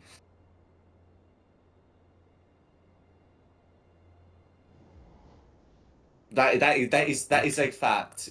He can call himself whatever he likes, but unless he's telling all 3 of these people what to call him, one of them is calling him Mr. V. I mean, this is now getting a bit Reservoir Dogs and the colours, but don't we already have a Mr. V? I'm Oh, just I gonna. mean, you do indeed have a character called Varys. Nevertheless, someone has called him Mr. V. I would scrutinize it, but I wouldn't scrutinize it for that. I, I was just gonna say, is there a famous looking tabaxi in town called Mr. V? But Who do I'll you cut say this to? myself at the minute, and Okay. then I go in and find the Baldur's Gate members of our team and ask them. But that's a job for later on. Get down.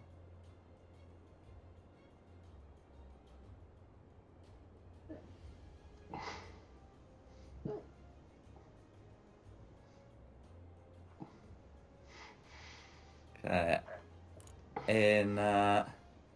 In which case, we can move on towards to the beach. Yeah. So the speech is to be delivered in in a square in Brampton. There are some posters up about this, so you'll have no difficulty finding it. Now the Boulderans here will be familiar with Brampton for reasons. For you guys, there are two significant things about it. But for the rest of you, there are two significant things about it. One is that it's near Tumbledown. Do you remember what you were told about Tumbledown?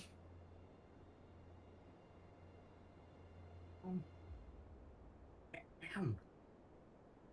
Absolutely. Tumbledown was the gap in the wall or something, wasn't it? I think it's saying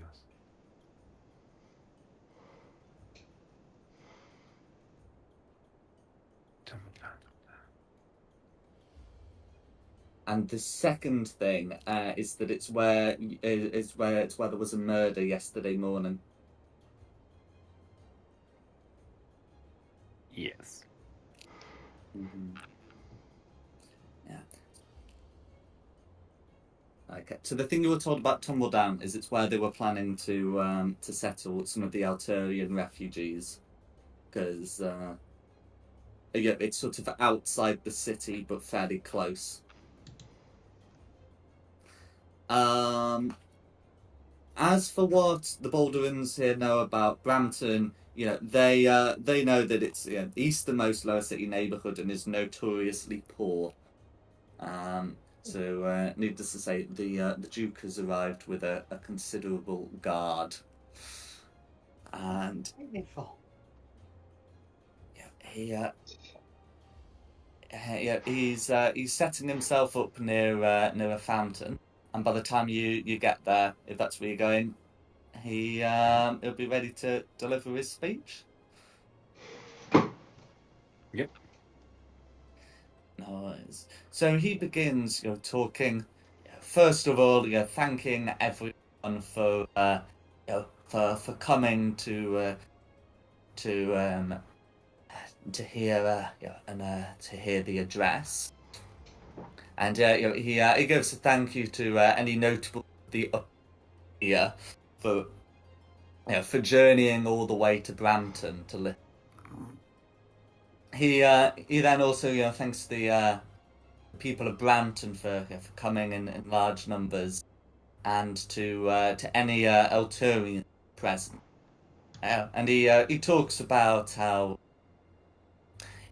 Elturel has for a long time been somewhat of a trading partner in the city of Baldur's Gate, and while it was never a member of the Alliance, it is still a valuable customer, and the plight that has befallen the city is horrific.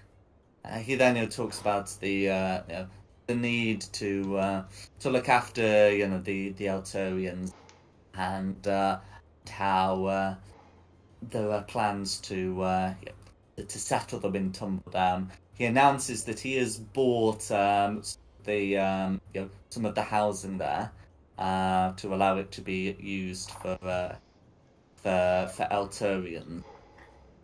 And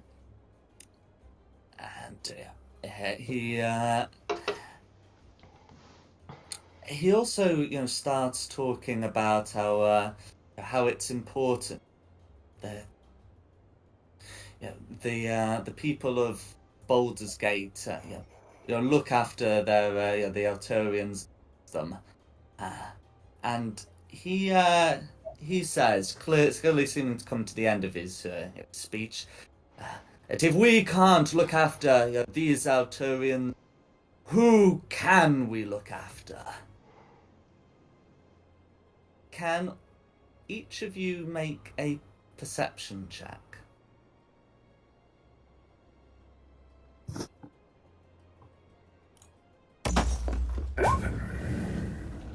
If I've got proficiency, can I help someone else? Nope, you're each making your own checks. Alright, Darn. okay. Darn.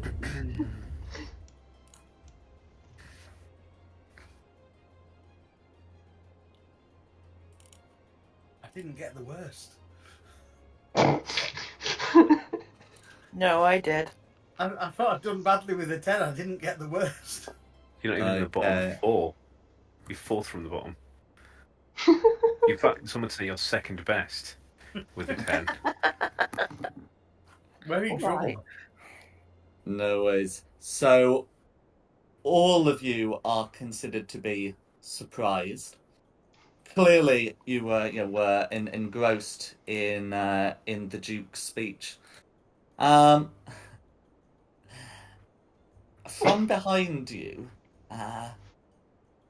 you faintly hear the twang of a bow.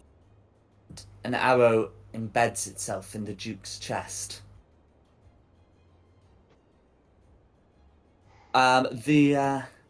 The arrow then erupts into flames, and you can see the following creatures come out. Can everyone put themselves in the crowd? The guards are gonna all rally to the Duke and deal with like a flying devil that's come out. The other devils sort of erupt forward into the crowd. Of course they do. And with that, can everyone roll in disadvantage because you have the surprised condition? 8.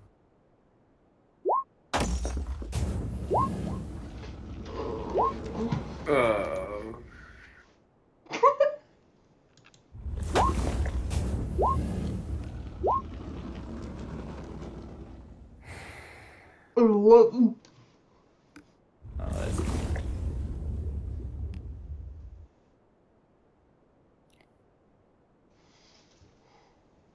Let me know when you're ready for their initiatives, and I'll pop Yeah. them in. I'm actually going to ask you to tell me what your initiatives are. Theo, what was your initiative? 7. Clarissa? 11. Oh, delightful. Meltith? 6. I think we roll all so well. And Varys? 22. Oh, well done. And that was with disadvantage. Uh-oh.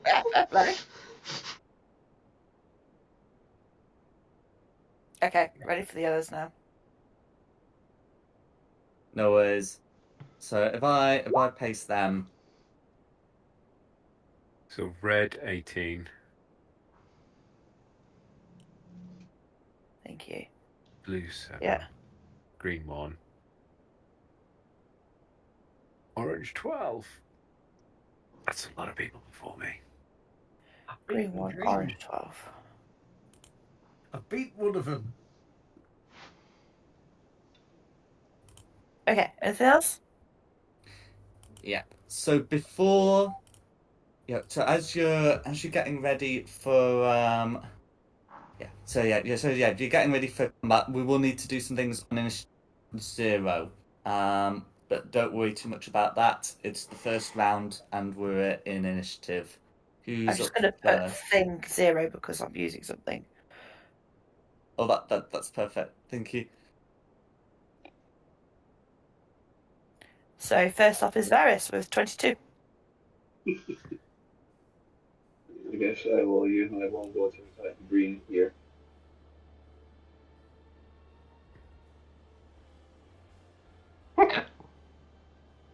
Hiccups. Yeah. That'll be me. No worries. So I heard longbow against green, and that's going to be a 9 to hit. That is going to be a miss, I'm afraid. That'll be me. That's it. Yes, you started your turn within 20 feet. Can you make a of one of the creatures? So can you also make a con saving throw, please?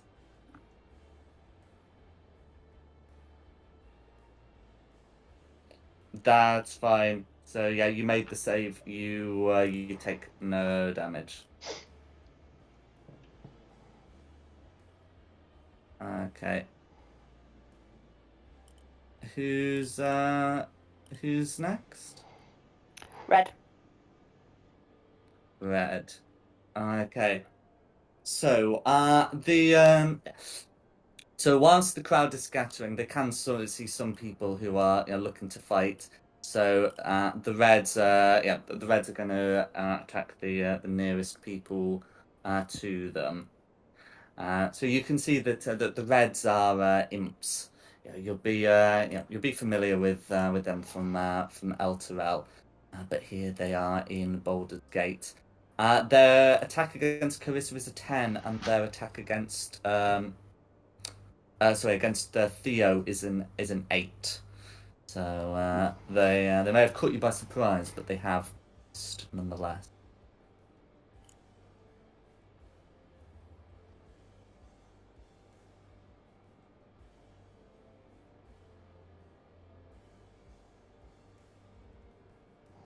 Who's Is next? that Lego? Orange. Okay. Yeah. So the oranges are gonna move up. I'll get their various auras on. In the meantime, they're making 2 attacks on the closest creature to them. So that would be 2 bite attacks on Thea. Aww. Those are going to be a 7 and a crit. Well, the crit hits, doesn't it? That's fine. That's going to be 9 piercing damage, and that's going to be the oranges. Clarissa. Can you make a con save for starting next to one of the oranges? So for one of the greens, please. Mm. Cool. Yeah, you're able to avoid it. It's caused by the biting insects around. What would you like to do? Swing at this imp.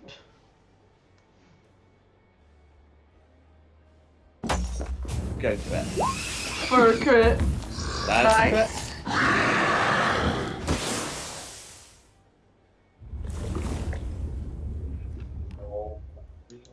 He should be dead.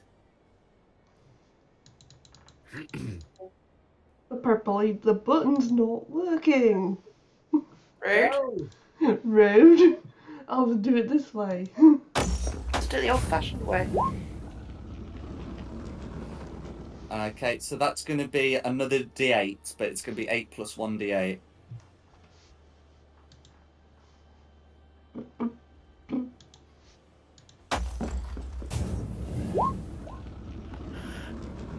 Cool, so that's going to be 10 slashing damage. Is there anything else you'd like to do?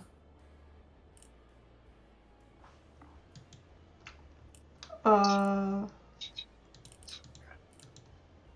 I got smite on top of that.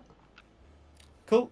So that's an imp, and you've crit, so it's going to be 68 on top of that. Ooh. Oof.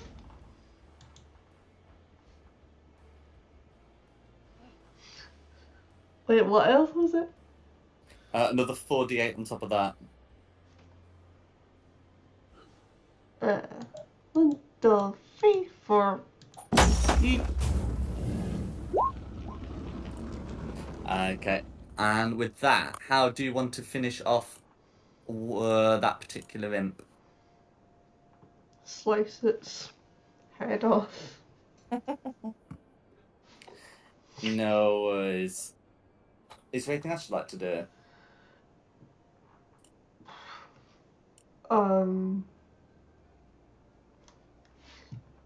Move in, then pass third.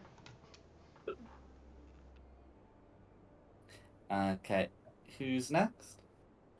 Me. So I'm Okay. going to On move. save, please. Oh. Yeah, that starts. Yeah. I'm going to move to here. Because I don't like what's around me. No worries. So for getting a 6 on that con save, you are going to start by taking some acid damage. 3 acid damage. But Okay. you will still be able to move. I'm going to use my crossbow at this one. Whoa, what was that? That was me, don't worry. For 18? 18's going to hit, and that's going to be 10 piercing damage, all going through. And then Nearly. Wow. Oh. that's depressing. For my bonus, I'm going to cast my cannon, and it's going to do Protector. Absolutely. So we said we were going to use your previous summons token for that, which that'd be fine. So I'm going to cast it. Place it wherever you want. Well, yeah, within it. Okay. That's fine. And it's an object, so it doesn't have to worry about their auras. No. Oh, within 10 foot. Actually, they're within 10 foot here, aren't they? Theo and Meltif. Yep. Mm-hmm. You get 1d8 plus 4 temporary hit points. Okay. Roll it. I think it has come through. No, it hasn't. Oh, wow. 12. 12 temps. That is very helpful for what I've got planned, thank you. Mm-hmm. And that's me. No worries. Who's next? Theo. Cool. Con save, please, Thea. Of course, not a problem. 18 good enough for you? Not a problem. Awesome. Would giving the Duke health in a magical wise help? No. No. So You I'm not need going to to waste that. vivify. He is proper. I was hoping to get to him before he needed He's dead. debrief flips. You know what I'm talking about. Dead. Death saving throws. Cool, right. In which case, then, I am going to do the only sensible option, realistically. Do the ground right. Fireball! I wish I have that. Not quite yet. Cast Mage Armor on myself. Foxtrot Oscar this way, so they get all the opportunities out of the way at once. Okay, 3 opportunity attacks. Years. This is why I mage, The highest is a 12. and this is why I mage armor. Oh no, I've rolled d12s. Let's try and roll the correct die. Oh.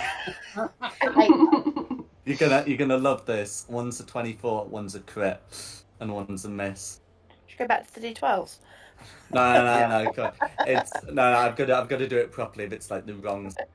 I know. Come on. Okay, fortunately, it wasn't the imp that crit. Unfortunately, it wasn't the imp that missed. So the imp does 4 points of piercing and I've rolled 3 ones and 2 points of poison for 6 whole points of damage. Yeah. And the orange that crit, okay, that's more like it. There's gonna be it's gonna be 12 damage. 12 points damage. So that's all my temporary hit points gone immediately, and 6 points of regular.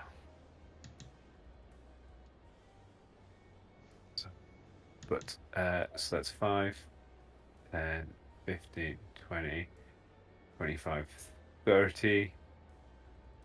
And let me just measure how far this is. 30 feet to the wounded orange. Bravely ran away.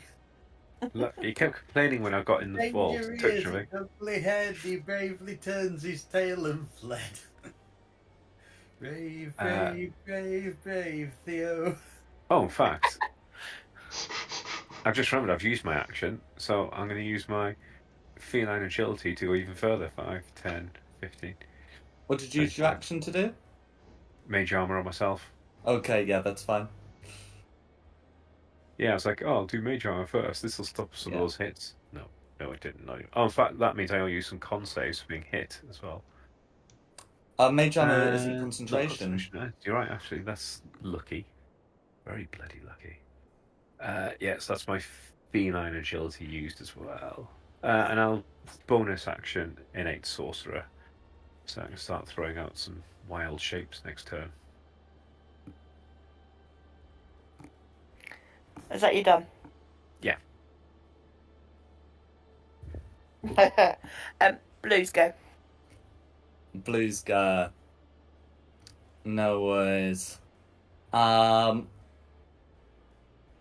Yeah, whilst the guards are dealing with Big Devil, they're still also going to come in and harass the crowd. So yeah, they're going to come in. This will provoke some opportunity attacks on the guards because they do get them. The guard should be considered on your side, though they are in red. Okay, one of them is able to get a hit. So I'll put that through on that particular blue. The armor does last longer. The armor lasts all day. So there is absolutely a good rationale for doing it that way. And then they're going to make stings against their respective targets. So one against Carissa and one against Meltith. The one against Meltith is a 7, and the one against Carissa is a crit. 7 is a miss. So for Carissa, that's going to be 9 piercing damage plus 16 poison damage for a total of 25. Nothing there. No worries. And that's going to be the blues? Meltith. I hate imps! I am now raging! Go for it. I remembered to say that. If you move 5 feet there... Oh no, Orange has already taken opportunity attack. Go for it. Alright. Yeah, okay. I'll accept an opportunity attack, but I have... No, Orange can't make one. That's fine. Orange has expended reaction. I'm going to swing my new shiny greatsword that I'm not supposed to have at blue.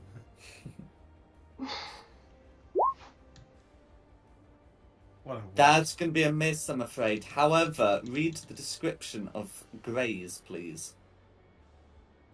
Yes, I do get to do something, don't I? If you attack roll with a greatsword misses a creature, you can deal damage to it equal to the ability modifier. So that'll be another. Is it? What was your strength modifier? Is it 3 or 4? Oh god, strength is +4. Okay. So that will be 4 slashing damage all going through. Woohoo! And on that creature, that will be me. What a waste.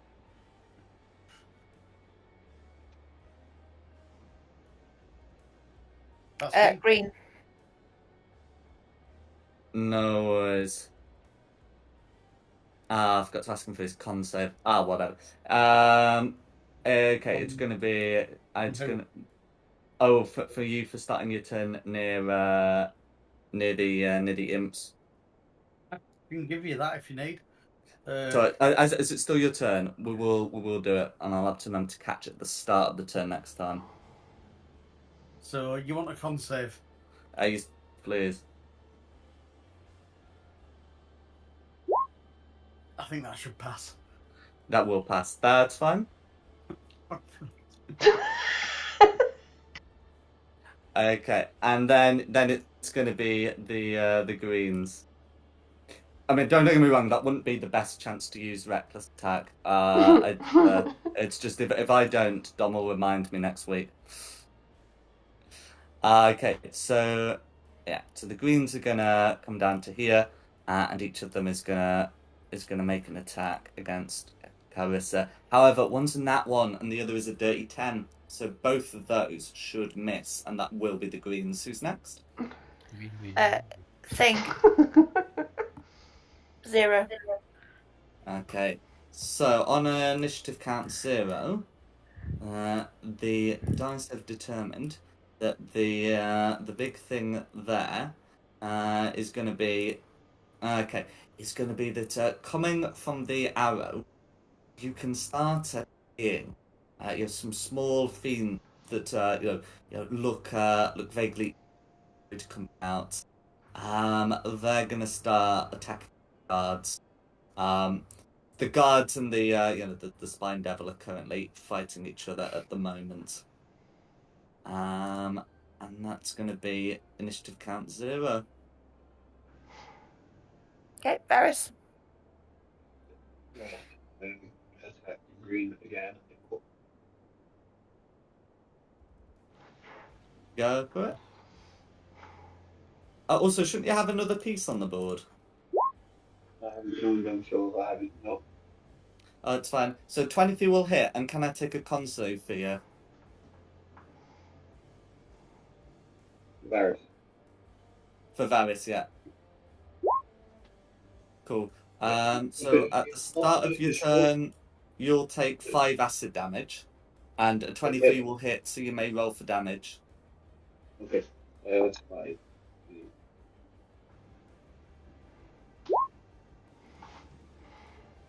Situation. Probably move some people out of the way. They moved on initiative count 0. There we go. So 6 damage to this screen, was it? The middle one. Yeah. That's fine. Is there anything else Varys would like to do? Varys can't do anything until next. So I know that we need.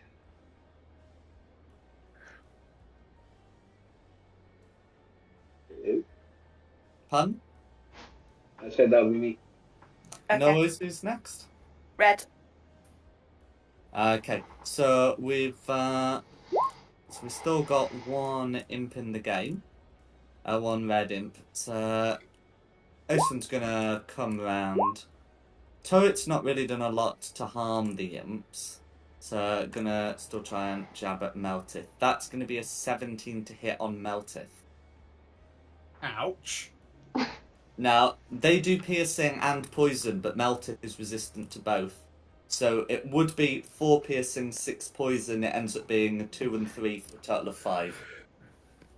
That's lucky. Smug little I'm dwarf. resistant to poison.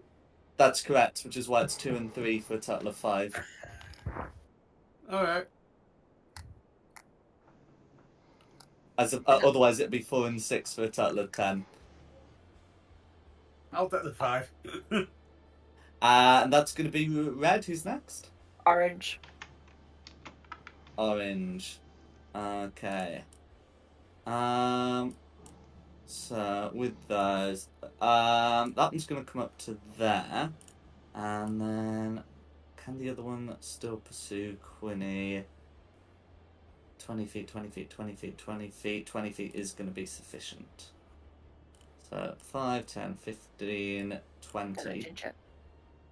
And then they're going to make attacks against their nearest. So the one against Meltith is going to be a 7. The one against Quinny is going to be a dirty 20 for a total of 5 piercing damage. I'm going to use my reaction and cast shield, which adds a +5, which will make me a 21. You're able to keep out that damage. And that lasts until... is it the end of your next turn? Yeah. That's fine. And then that's going to be the oranges. Okay. Clarissa. Con save, please.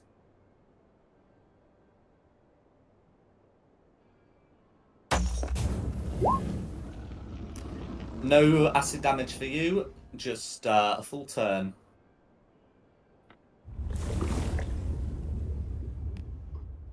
I'm gonna pump my little hands under me to give me some healing. No, that's a bonus action now, so you still have your action to do some stuff.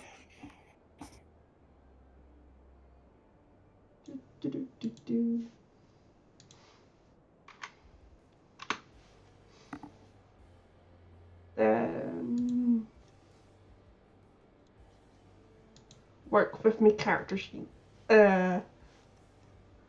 I'll take a swing at green in front of me. Go for it.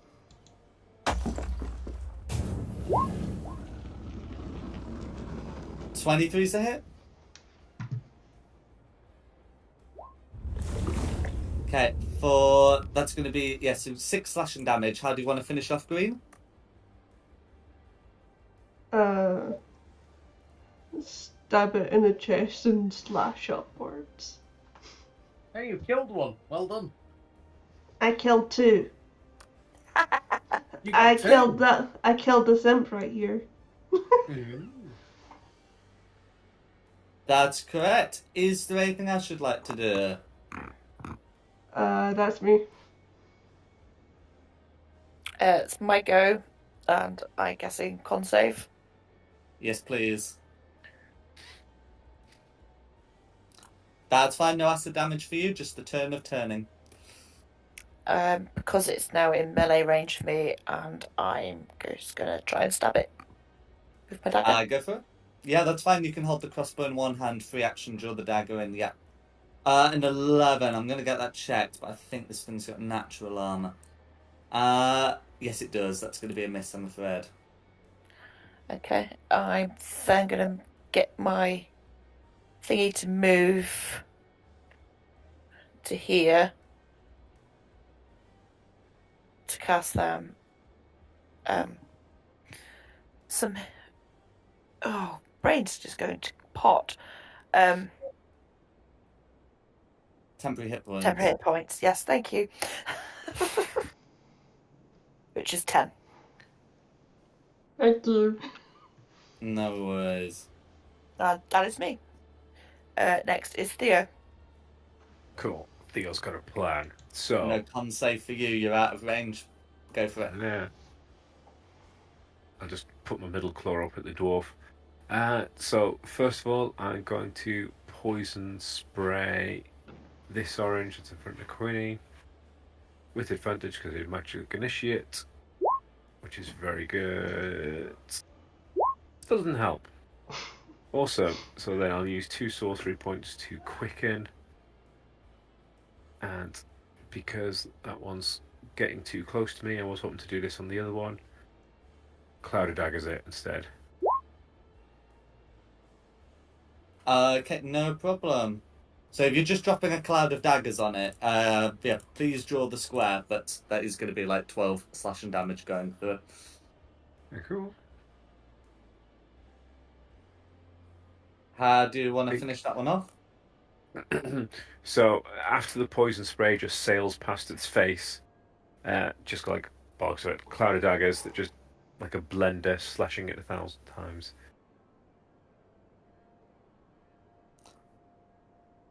No worries. Is there anything I should like to do? No, I'm going to stand still and get my feline agility back. I'm not moving this turn. Absolutely. Who's next? Blue.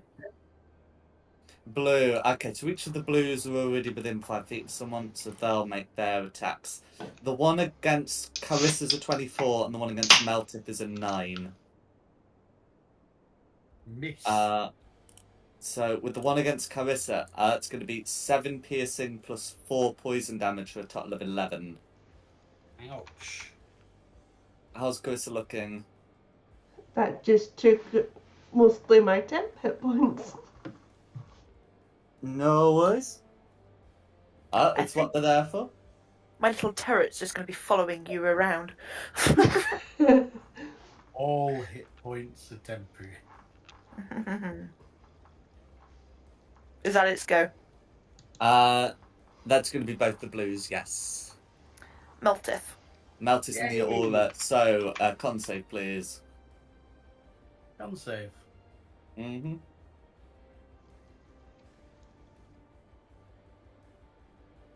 Oh dear. No worries. I'll get that acid damage for you. But you should still be able to have your turn. Unless 4 at points of acid damage will lay you low. I didn't ask for any acid damage. Oh, what the hell. Yeah, I know you're giving me big hints, and I'm very grateful. Reckless attack on blue. No worries. Great sword attack on blue. Oh, Jesus. There we go. 10 would have missed. Let's try that again. But better. 25 hits. Right.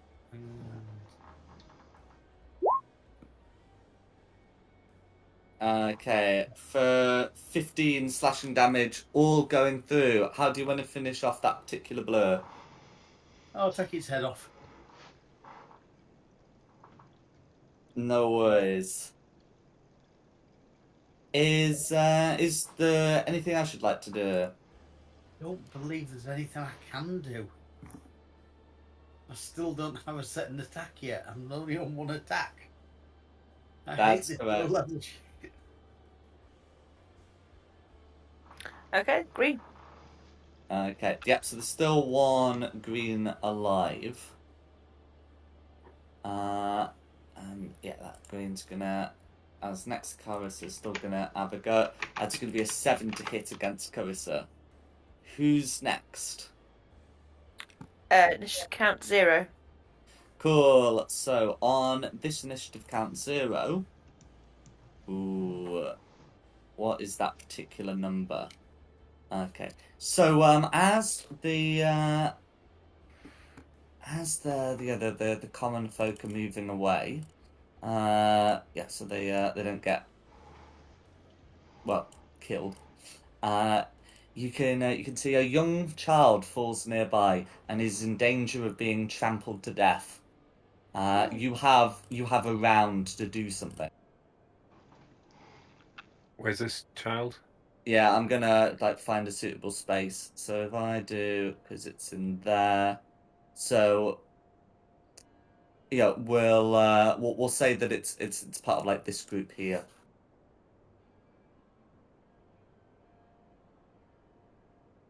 And that's going to be initiative count 0, which puts us at the top. I mean, it's out of poison range. It's nowhere near any enemy. Fine. Yeah, trampled to death by the people.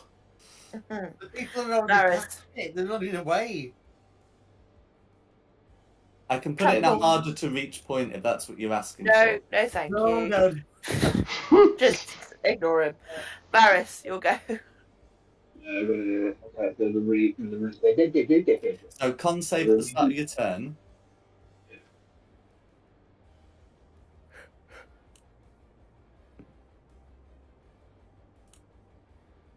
Cool. No acid damage for you. And then you can go about your turn. There's no action system on my right.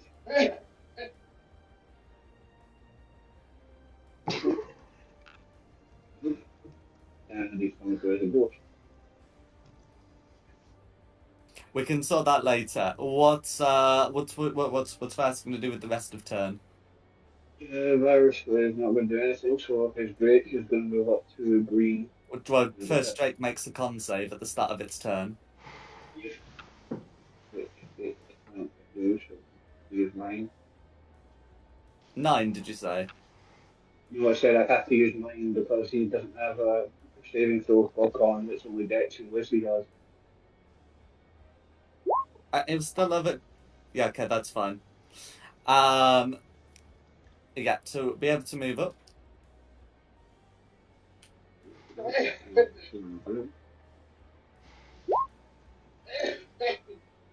Bless you. Dirty 20 will hit.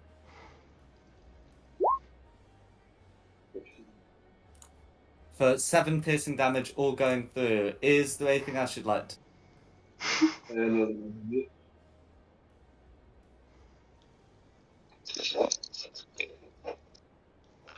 assuming that's the end of your go. That's my thing, yeah. Okay. Red. Red. So we still got a living red. And still next to an enemy.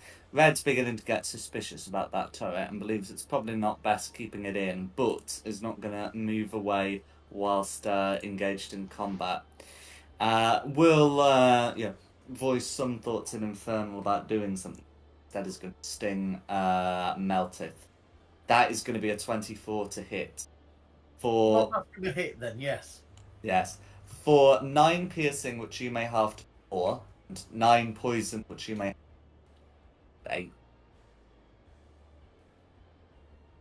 And that's going to be red. I can have to how much? You're taking 8 damage after resistances are applied. So, right.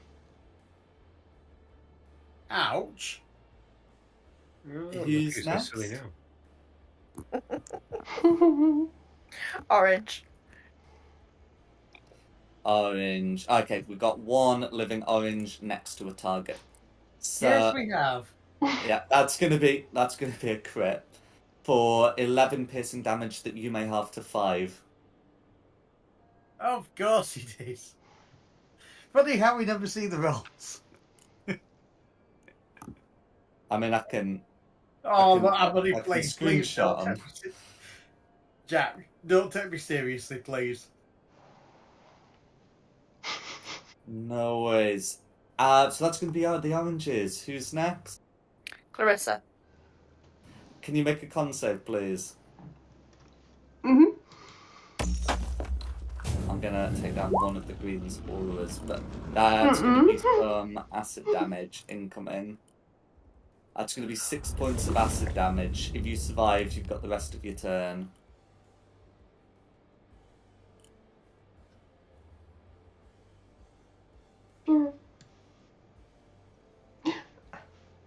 I'm making a dash to grab that kid. Cool. It will take an action to pull them to safety, so you wouldn't be able to disengage if you're going to move there. That's But fine. the movement is a thing you can do. So that will provoke a pair of opportunity attacks. The I mean, if you want to infamous- stab, I can rescue them. Mm, And I go and I'm next. but it probably makes more sense for me to stab than. Stab away, my dear. Loki! I'll swing it green then. No worries.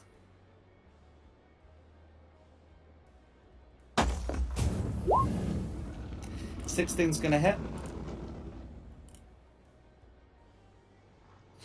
For 4 slashing damage, how do you want to finish off green and thereby take away its aura? Slice its head off. Go for it. You are now out of the aura. Woo. So unless there's anything else you'd like to do, who's next? Me.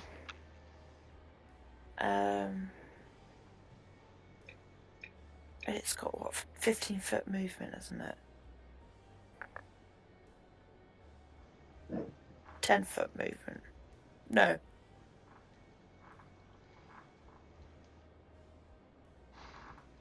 I mean, you could cannonball into the child and move him out of the way. Can I get a con save from you? Oh, yes, of course.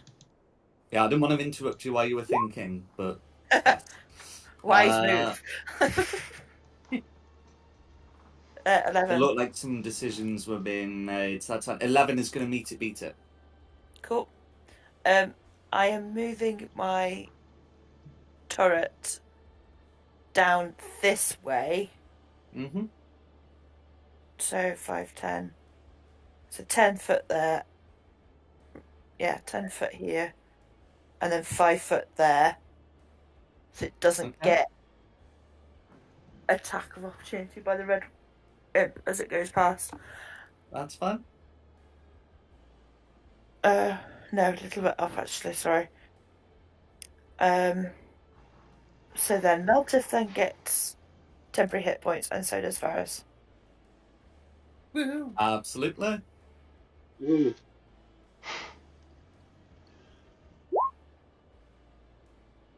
5. Sorry guys, you get 5. 5 is better than nothing. That puts me back up. Cool. The maths do agree with that. 5, 10, 20, 25. And then I'm going to move over to the child and sort of protect it. Make sure it's okay. Yeah, so you can use your action to prevent the child from getting trampled. In which case, they'll thank you for helping them up, and I'll GM layer them back to safety. Okay. That is me, so it's Theo next. Go do some things. Cool. Theo's just going to keep loitering back here then. Here's He a will- quick clean his whiskers as always. Oh, how you doing back in there? So When they I'll move. reared his ugly head, he bravely turned his tail and fled. Do you know what? Next time someone... Oh, no, I'm going to save it. I'm going to save it and be a nice surprise for you. I'm going to do that and use 2 more sorcery points to then throw acid spray at this one, using Spell Sniper to give me the range. So, still with advantage for Magic Initiate. Not that I needed at that time. Let's see how much damage I do. Oh, cool. That was absolutely worth 2 sorcery points. It gets worse. The resistant is poison. Immune. Immune. Oh, right. Okay, so I'll just roll my Cloud of Daggers damage then instead. 10 points on the orange then. 10 points of slashing damage, all going through. Oh, wow. So close. It's so upsetting. Blue, is that your go? Yes, that'll be my go. Blue. Blue. Okay. So, okay, yeah, so we still have a blue imp left. Okay, that imp, yeah. That imp's still going to continue trying to get people down. So it's going to be a 17 to hit on Carissa. I believe that's a miss. It is a miss. With your shield, then that is going to be a miss. Okay. Belteth. I've got to steal Theo's kill. I've just got to steal his kill. 23 on orange. Is that your 23 on first roll or orange your is second gonna be a roll? hit. Oh, if you are recklessly attacking, yeah, you can roll again. I don't need to do I if that's a hit. 11 points of damage. It's one that you would declare before, but also the 4 points of damage you get from missing would also be sufficient. So don't worry, you don't have to reckless. You will be able to finish off orange in this way. Is there anything else you'd like to do? I don't believe there's anything I can. I've only got one attack. still only got one attack. I can't do anything. My hands are tied. Okay. Queens are dead, so we are down to initiative 0. No worries. So, what happens on initiative count 0 this time? Nothing additional happens on additional blah blah blah. Count 0. Who's next?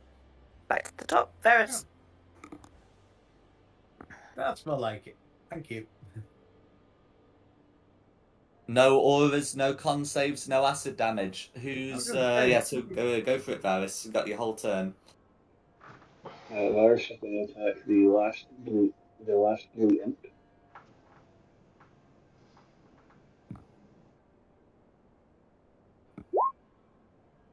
Eighteen's going to be a hit.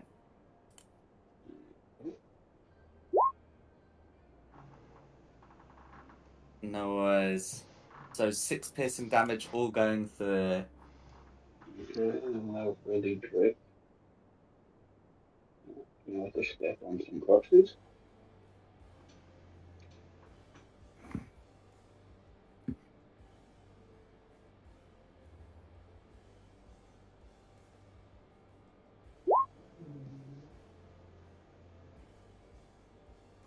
No worries. A 10's going to miss, I'm afraid. That's okay, that'll be me. Okay, Red. Okay.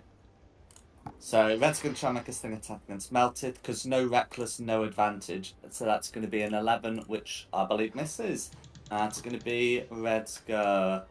Red is going to still move down. It's not happy with that turret, and this time if the turret moves, Red is going to sting. And that's going to be Red. Who's next? Orange is dead, so it is Clarissa. Swinging at blue. Go for it.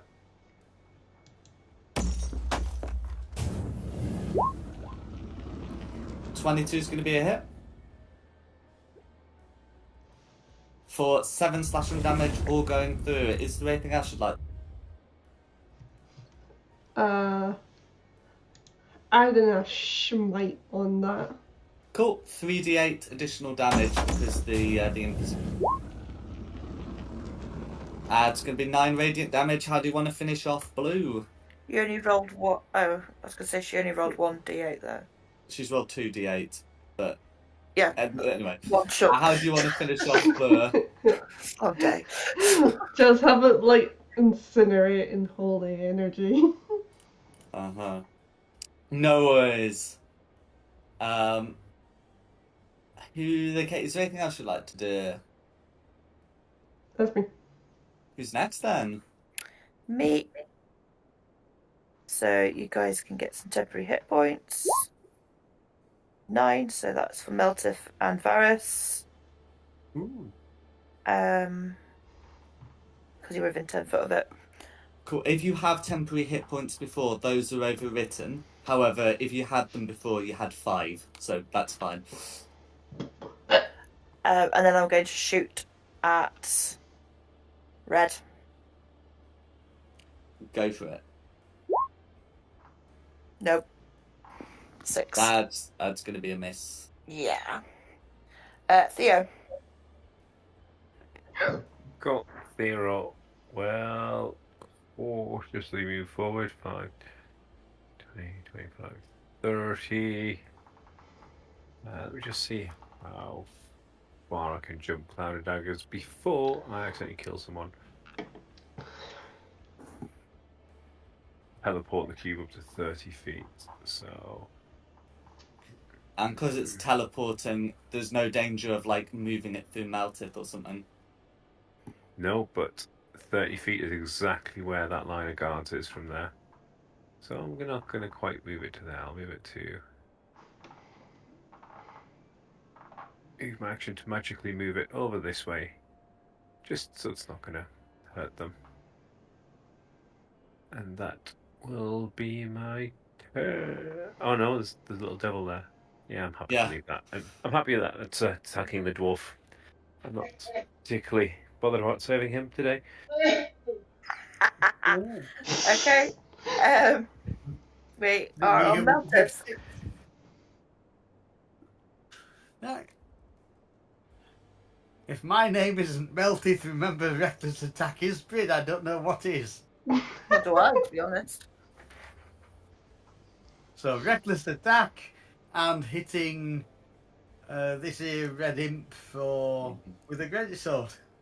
You don't have to, but this is literally the best time to reckless attack something. 18's a hit, check for a crit.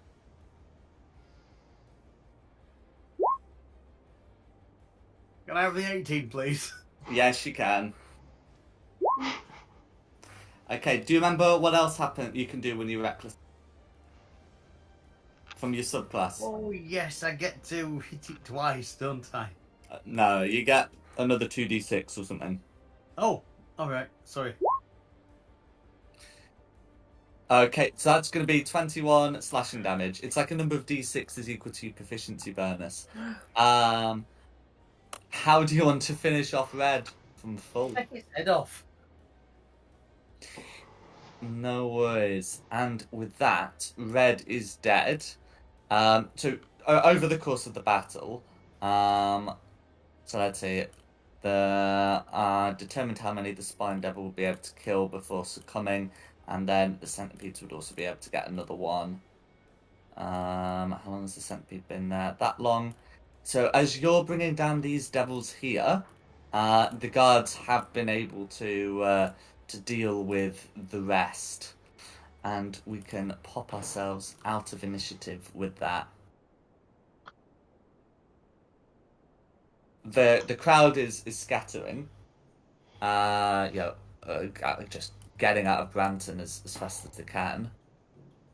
You can hear some sound playing live. But what would you like to do while you got yourself? There are two guards who are going to prevent you from mugging Duke. I am going to move this cloud of daggers another 30 feet out the way. Because I'm reading the description and I can't actually see a way I can dismiss it before the minute's up. You end concentration requiring no action. It is concentration, idiot. Why did I think it wasn't? There you go. I'll get rid of that then.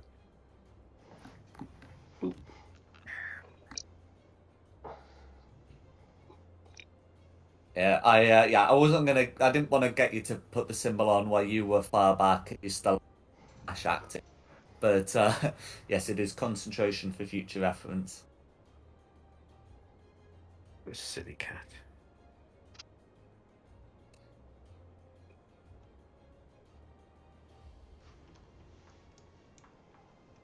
So what would you like to do? Can I have a closer look at that arrow that hit Duke Porter? Yes, you can. Yeah. So it's clearly like magical and is warm to the touch. Looking back as to where it must have been fired, nothing. Whoever was there, evidently didn't. Well, they weren't taking pot shots at you or the crowd, so they must have legged it. But yes, you can have a look at the iron, the arrow that's made of iron. You can make the relevant one for this. I'm gonna say is history.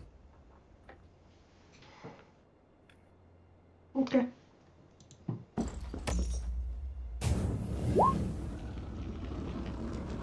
Yeah. So looking at this arrow, like the arrow itself, yeah. So you can see that it's magical, made of iron. The styling of it doesn't look like that of humans. This looks like the sort of arrows that would be used by hobgoblins. Dang hobgoblins. And just because your history and your arcana are this, you'd also be able to it's got some magical conjuration properties associated with it, What's with the 15, it's difficult to be too sure.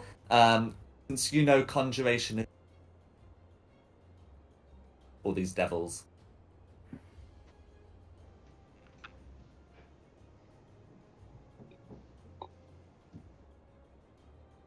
So yeah, the arrow is recoverable and can be used as an arrow, but it will no longer have any like proper magical properties. You reckon?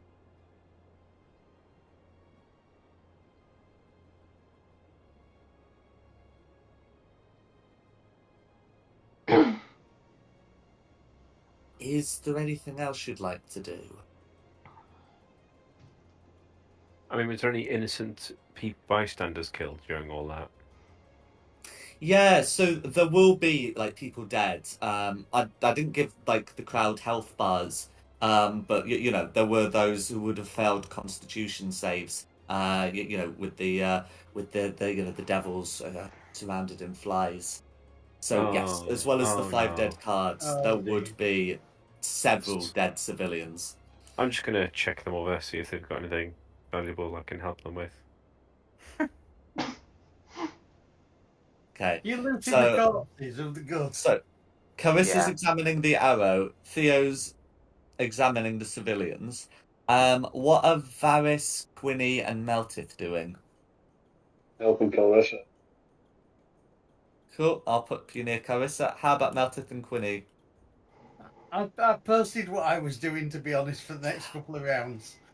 Oh, fair enough. Try not to get within 5 feet of anyone, because even if you miss, you still deal damage. Yes. Move away from my turret. I say it politely. And how about Quinny? As well as retrieving their turret, what's she doing?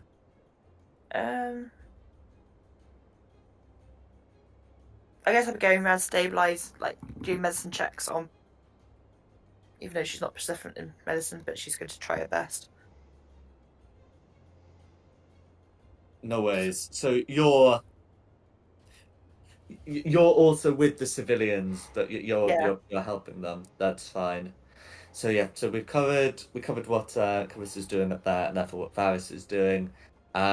Maltith isn't doing something that I'm going to require a roll, like a resolution steps.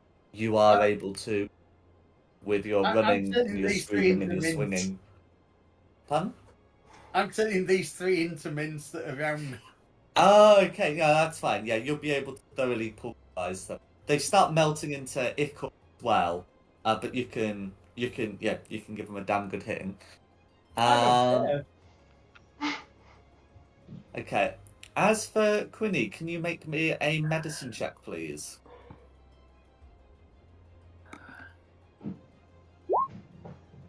Okay. Oh my good god. With Wow.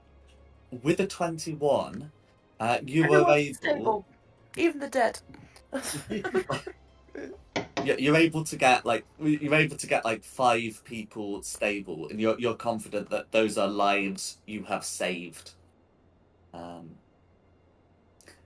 Yeah, sort of bandaging some of their bites and helping them up. As for Theo, can you make me a sleight of hand check, please? Yes. I am going to use my inspiration on this because. Oh, you bugger! Some things are just destined not to be. No worries. So you start riffling through one of the bodies, and then one of the guards tells you to be off and like gestures the spear at you. Just hiss and spit at him, but I'll be off because I'm not fancy fighting all of the guards at the minute. Because even though there's only 2 at the moment, there's like flaming fist people coming. Okay, and then so that's yeah. Is anyone else doing anything else here?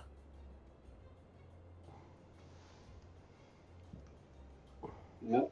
I don't think so. No worries.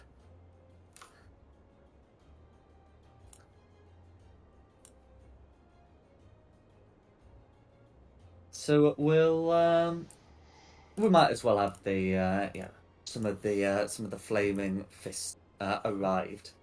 You know,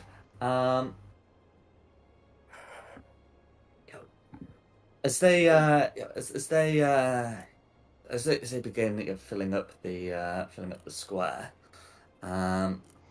just gonna put one of them near you. As they take on the scene, others will begin like securing the bodies. They'll also like tend to some of the wounded as well, not with Quinny's skill, but with some skill. And they're gonna start piling some of the devils.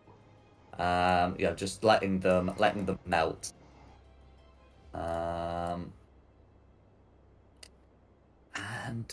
So the person who's come up will look over the body, and I will say, this is an ill sign. We know for sure who's killed him.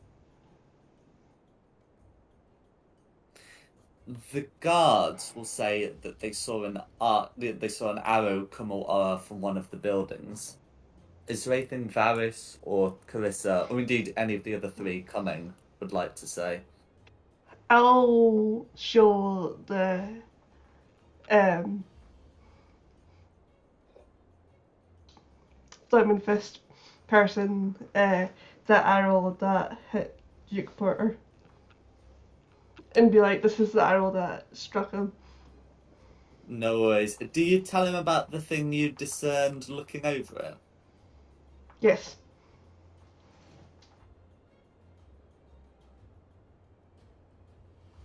That it was, well, I suppose there's two things, that the whole magic part and the whole made by hobgoblins part. Yeah. Okay. I'll say, well, there are hobgoblins in the city.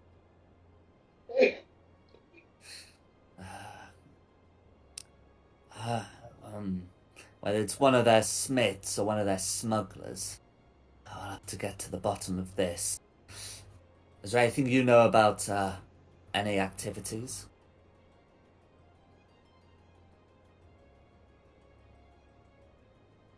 Oh, we are aware of some murders that's been going around Baldur's Gate recently.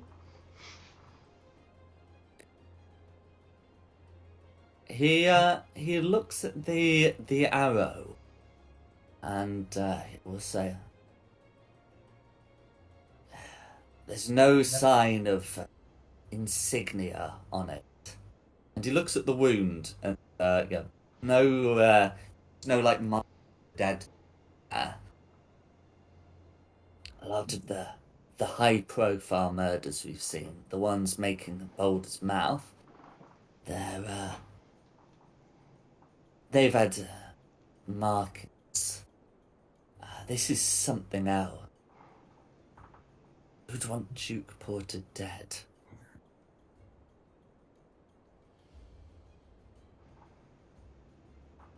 The member of the fist, he will then say, "In any case, thank you for doing what you could here. It looks as though these fiends would have caused great death if you did not intervene."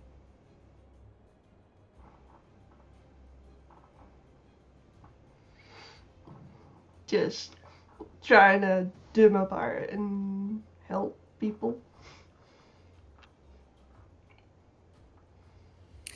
They say some of the crowd were Alturian. Are you from Alterel or from Baldur's Gate here? I come from Elturel. The loss of the Duke isn't going to do Oh. Why was he so Uh-huh. keen to help them? The flame shrugs. Who can say? He'll have had He'll have had an interest, sure. Well, But, if whoever wants him dead, if we knew why he was doing it, did someone else want to buy that land for something? Was he trying to devalue the area to buy up surrounding land? Who knows? maybe he starts to get his people to secure a perimeter here, and do try and do the best with the bodies. When suddenly you can hear a bell being rung and a horn being blown eastward. The flame looks about and says, "Something's amiss. It sounds like it's coming from Tumbledown." He looks around, but there aren't that many men, and a lot of them are tied up with things here. He turns to you lot and says, "Can you deal with that, please? Hopefully, it will just be about the news of the Duke." Sure. When you're done, if you report back to the Fist, I'm sure that you're rewarded for the service done. Will do. Tell them Flame Zodge deputized you.